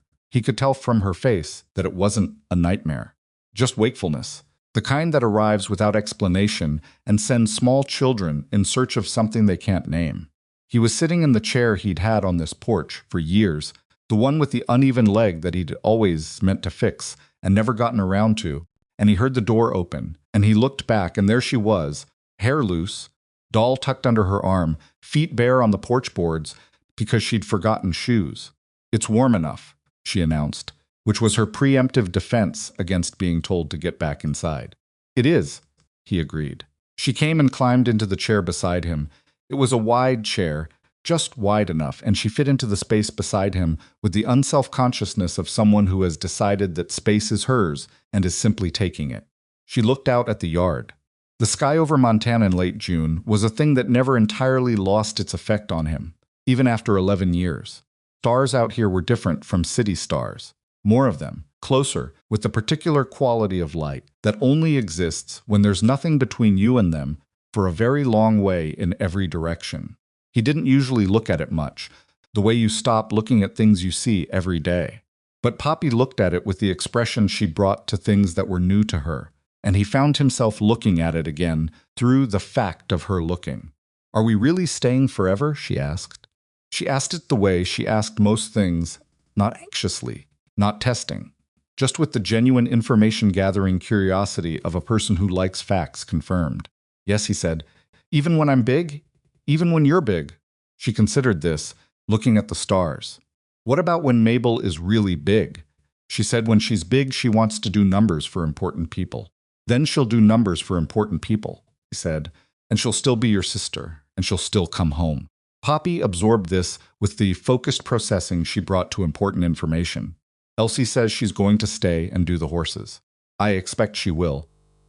She's very good. She's very good, he agreed. Poppy looked at him. What of Mama Lenora? Mama Lenora is my wife, he said. She lives here. That's permanent. Poppy seemed to find this satisfactory. She leaned against his arm the way she leaned against things completely. All her small weight committed to the lean. Nothing held back. I was scared, she said. Before. I don't really remember all of it, but I remember being scared. He looked at her. I'm not scared now, she said. She said it the way she said most things that were simply true, not for effect, not to be reassuring, just as information. I was scared. I'm not scared now. The whole history of the last several months delivered in 2 sentences by a child who was about to turn 5 and had survived more upheaval than most adults he'd known. He put his arm around her, which was becoming a natural thing, the way things become natural when you do them enough times without catastrophe. You don't have to be scared anymore, he said. She nodded and yawned and settled against him with the decision of someone who has found the right spot and intends to stay in it. They sat on the porch together in the warm night, the ranch quiet around them, the horses moving occasionally in the far pasture, the stars doing their long, patient work overhead. Behind the front window, a lamp was still lit. Lenora, probably, or Mabel reading past her bedtime again, which was an ongoing negotiation that Mabel was slowly winning through incremental advances. He thought about what the winter had looked like from this porch. He'd stood here in the cold the night of their arrival and looked out at nothing and felt the weight of 3 years of deliberate emptiness, and he hadn't known then that he was about to be broken open in ways that would eventually stop being terrible and start being something else.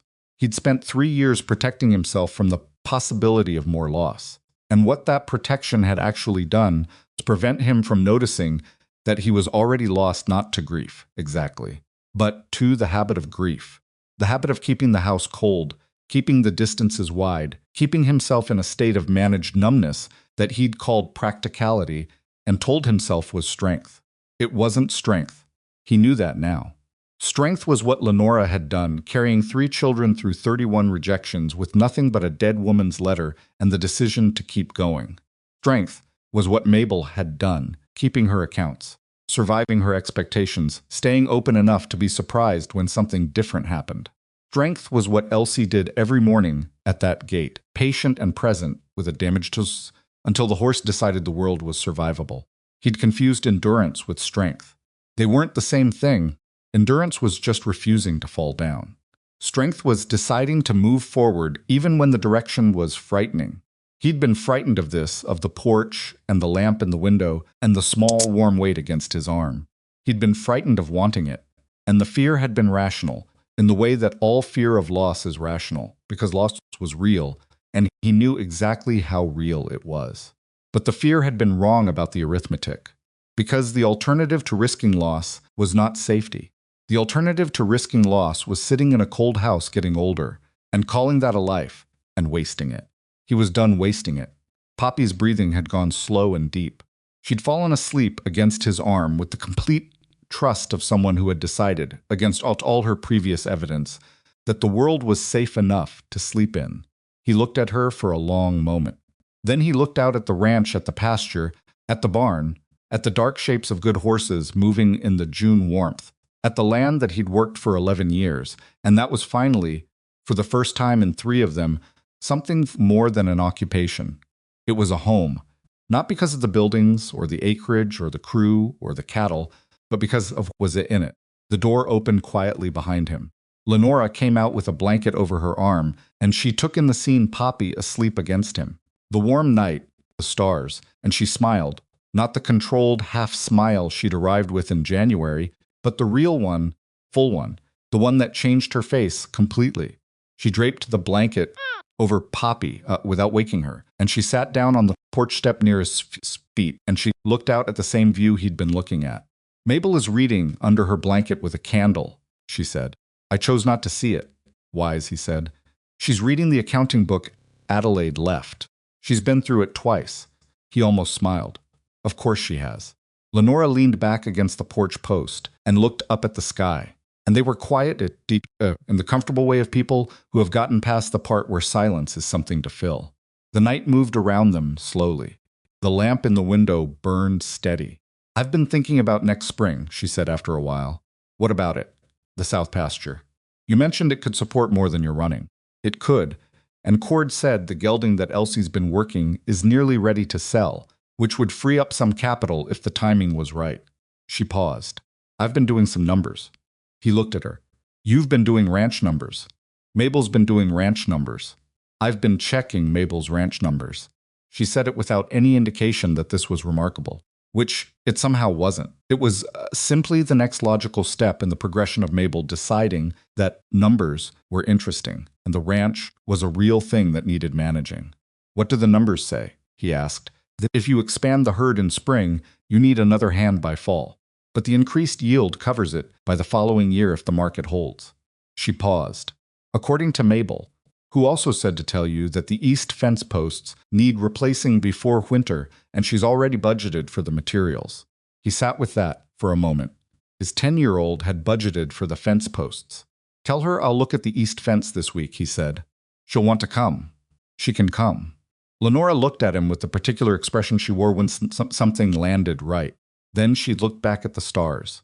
They stayed on the porch for a while longer the warm night. The sleeping child, the lamp in the window, the ranch breathing around them in its slow seasonal way.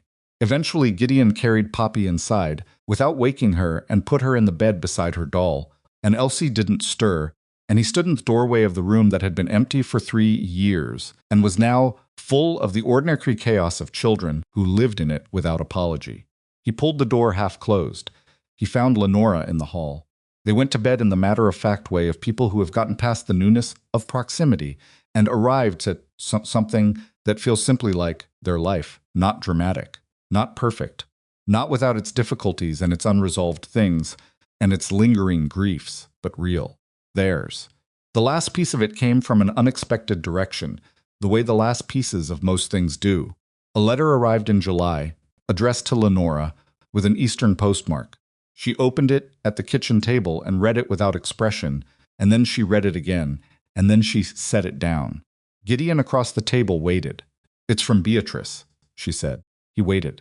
"She's not contesting anything. It's not legal." Lenora looked at the letter. "She says she has spoken with Harrow, who apparently told her with some directness that she had no further grounds and he would not pursue a case he considered unwinnable." A pause. "She says she is aware that her methods were not." Lenora stopped. Tried again. "She says she hopes the children are well." Kitchen was quiet. "That's all," he said. "That's not quite all." Lenora looked at the last paragraph. "She says she has established a small fund, held with a bank in Helena, which she intends to make available for the girls' education when they are of age. Each of them, separately held." She put the letter down. "She says she knows it doesn't change what happened, but she's doing it anyway." Gideon thought about Beatrice Wycliffe sitting in his chair and saying, "They are my blood," like it was an argument. Like bloodline was a substitute for presence, for choice, for the daily unremarkable labor of actually showing up for someone. He thought about Judge Marsh's face when she'd said it. He thought about how that question, is it love or obligation, had clearly doing its work as it's still been doing its work on her somewhere between the courtroom and the Eastern train. "Accept it," he said, "for the girls. It doesn't cost them anything, and it's practical." Lenora looked at him. "You're not angry." "I'm not warm toward her," he said. "But she did something decent, late, imperfectly. People do that sometimes. Doesn't erase the rest of it, doesn't fix it, but it counts for something." He picked up his coffee. "Accept the money." Lenora folded the letters and set it aside, and he could see her deciding not to examine it further. Today, which was a reasonable decision. She'd come a long ways were dark. She'd come a long way from the woman who had sat at his table running contingency plans in the middle of the night. She still planned she would always plan. It was too deep in her to change, and he didn't want to change, because that capacity had kept 3 children alive and would keep them more than alive going forward. But she planned now from a different position. She planned from solid ground instead of shifting sand. He thought that was the actual difference between surviving and living. Not the presence of problems. The problems didn't stop. They just changed shape. But where's you stood when you faced them? Whether you had ground under you or were scrambling for footing on a slope, he had ground. She had ground. The girls had ground. It had taken loss and desperation and a stagecoach in a blizzard and 31 rejections and a 4-year-old with blue lips and an accounting notebook and a damaged horse and a territorial courtroom and a judge who asked the right question at the right moment. It had taken Lenora deciding to trust when she had extensive personal evidence that trust was dangerous. And it had taken Gideon deciding to stop treating his own capacity for love like a liability to be managed. Neither of them had been brave about it, exactly. They'd both been frightened through most of it, doing the next thing while frightened, which was its own kind of courage, not the clean dramatic kind, but the ordinary kind that nobody marks with ceremony. The kind that just looks like a woman rebuilding someone's fire before anyone else is awake. The kind that just looks like a man carrying a sick child inside and sitting on the floor until her lips turn pink. That was the whole of it, really. That was what it had been. Small decisions made frightened, accumulating into a life. He wouldn't have designed it this way. He also wouldn't trade it. The summer settled over Ridgeline Ranch with the particular generosity of a Montana summer that has decided to cooperate long days, manageable heat, the grass in the south pasture coming in stronger than it had in 2 years. The work was constant and physical and satisfying in the way work is when you're doing it for something rather than just doing it. Mabel reviewed the fence post budget with Gideon and was right about the materials and slightly wrong about the timeline, which she acknowledged with the straightforwardness of someone who considers being wrong a data point rather than a verdict. They ordered the materials. She updated the figures. Elsie put a saddle on the gelding for the first time on a Tuesday morning, and Cord watched from the fence, and nobody said anything. And the horse walked forward with the particular surprised compliance of an animal that has decided it might as well cooperate.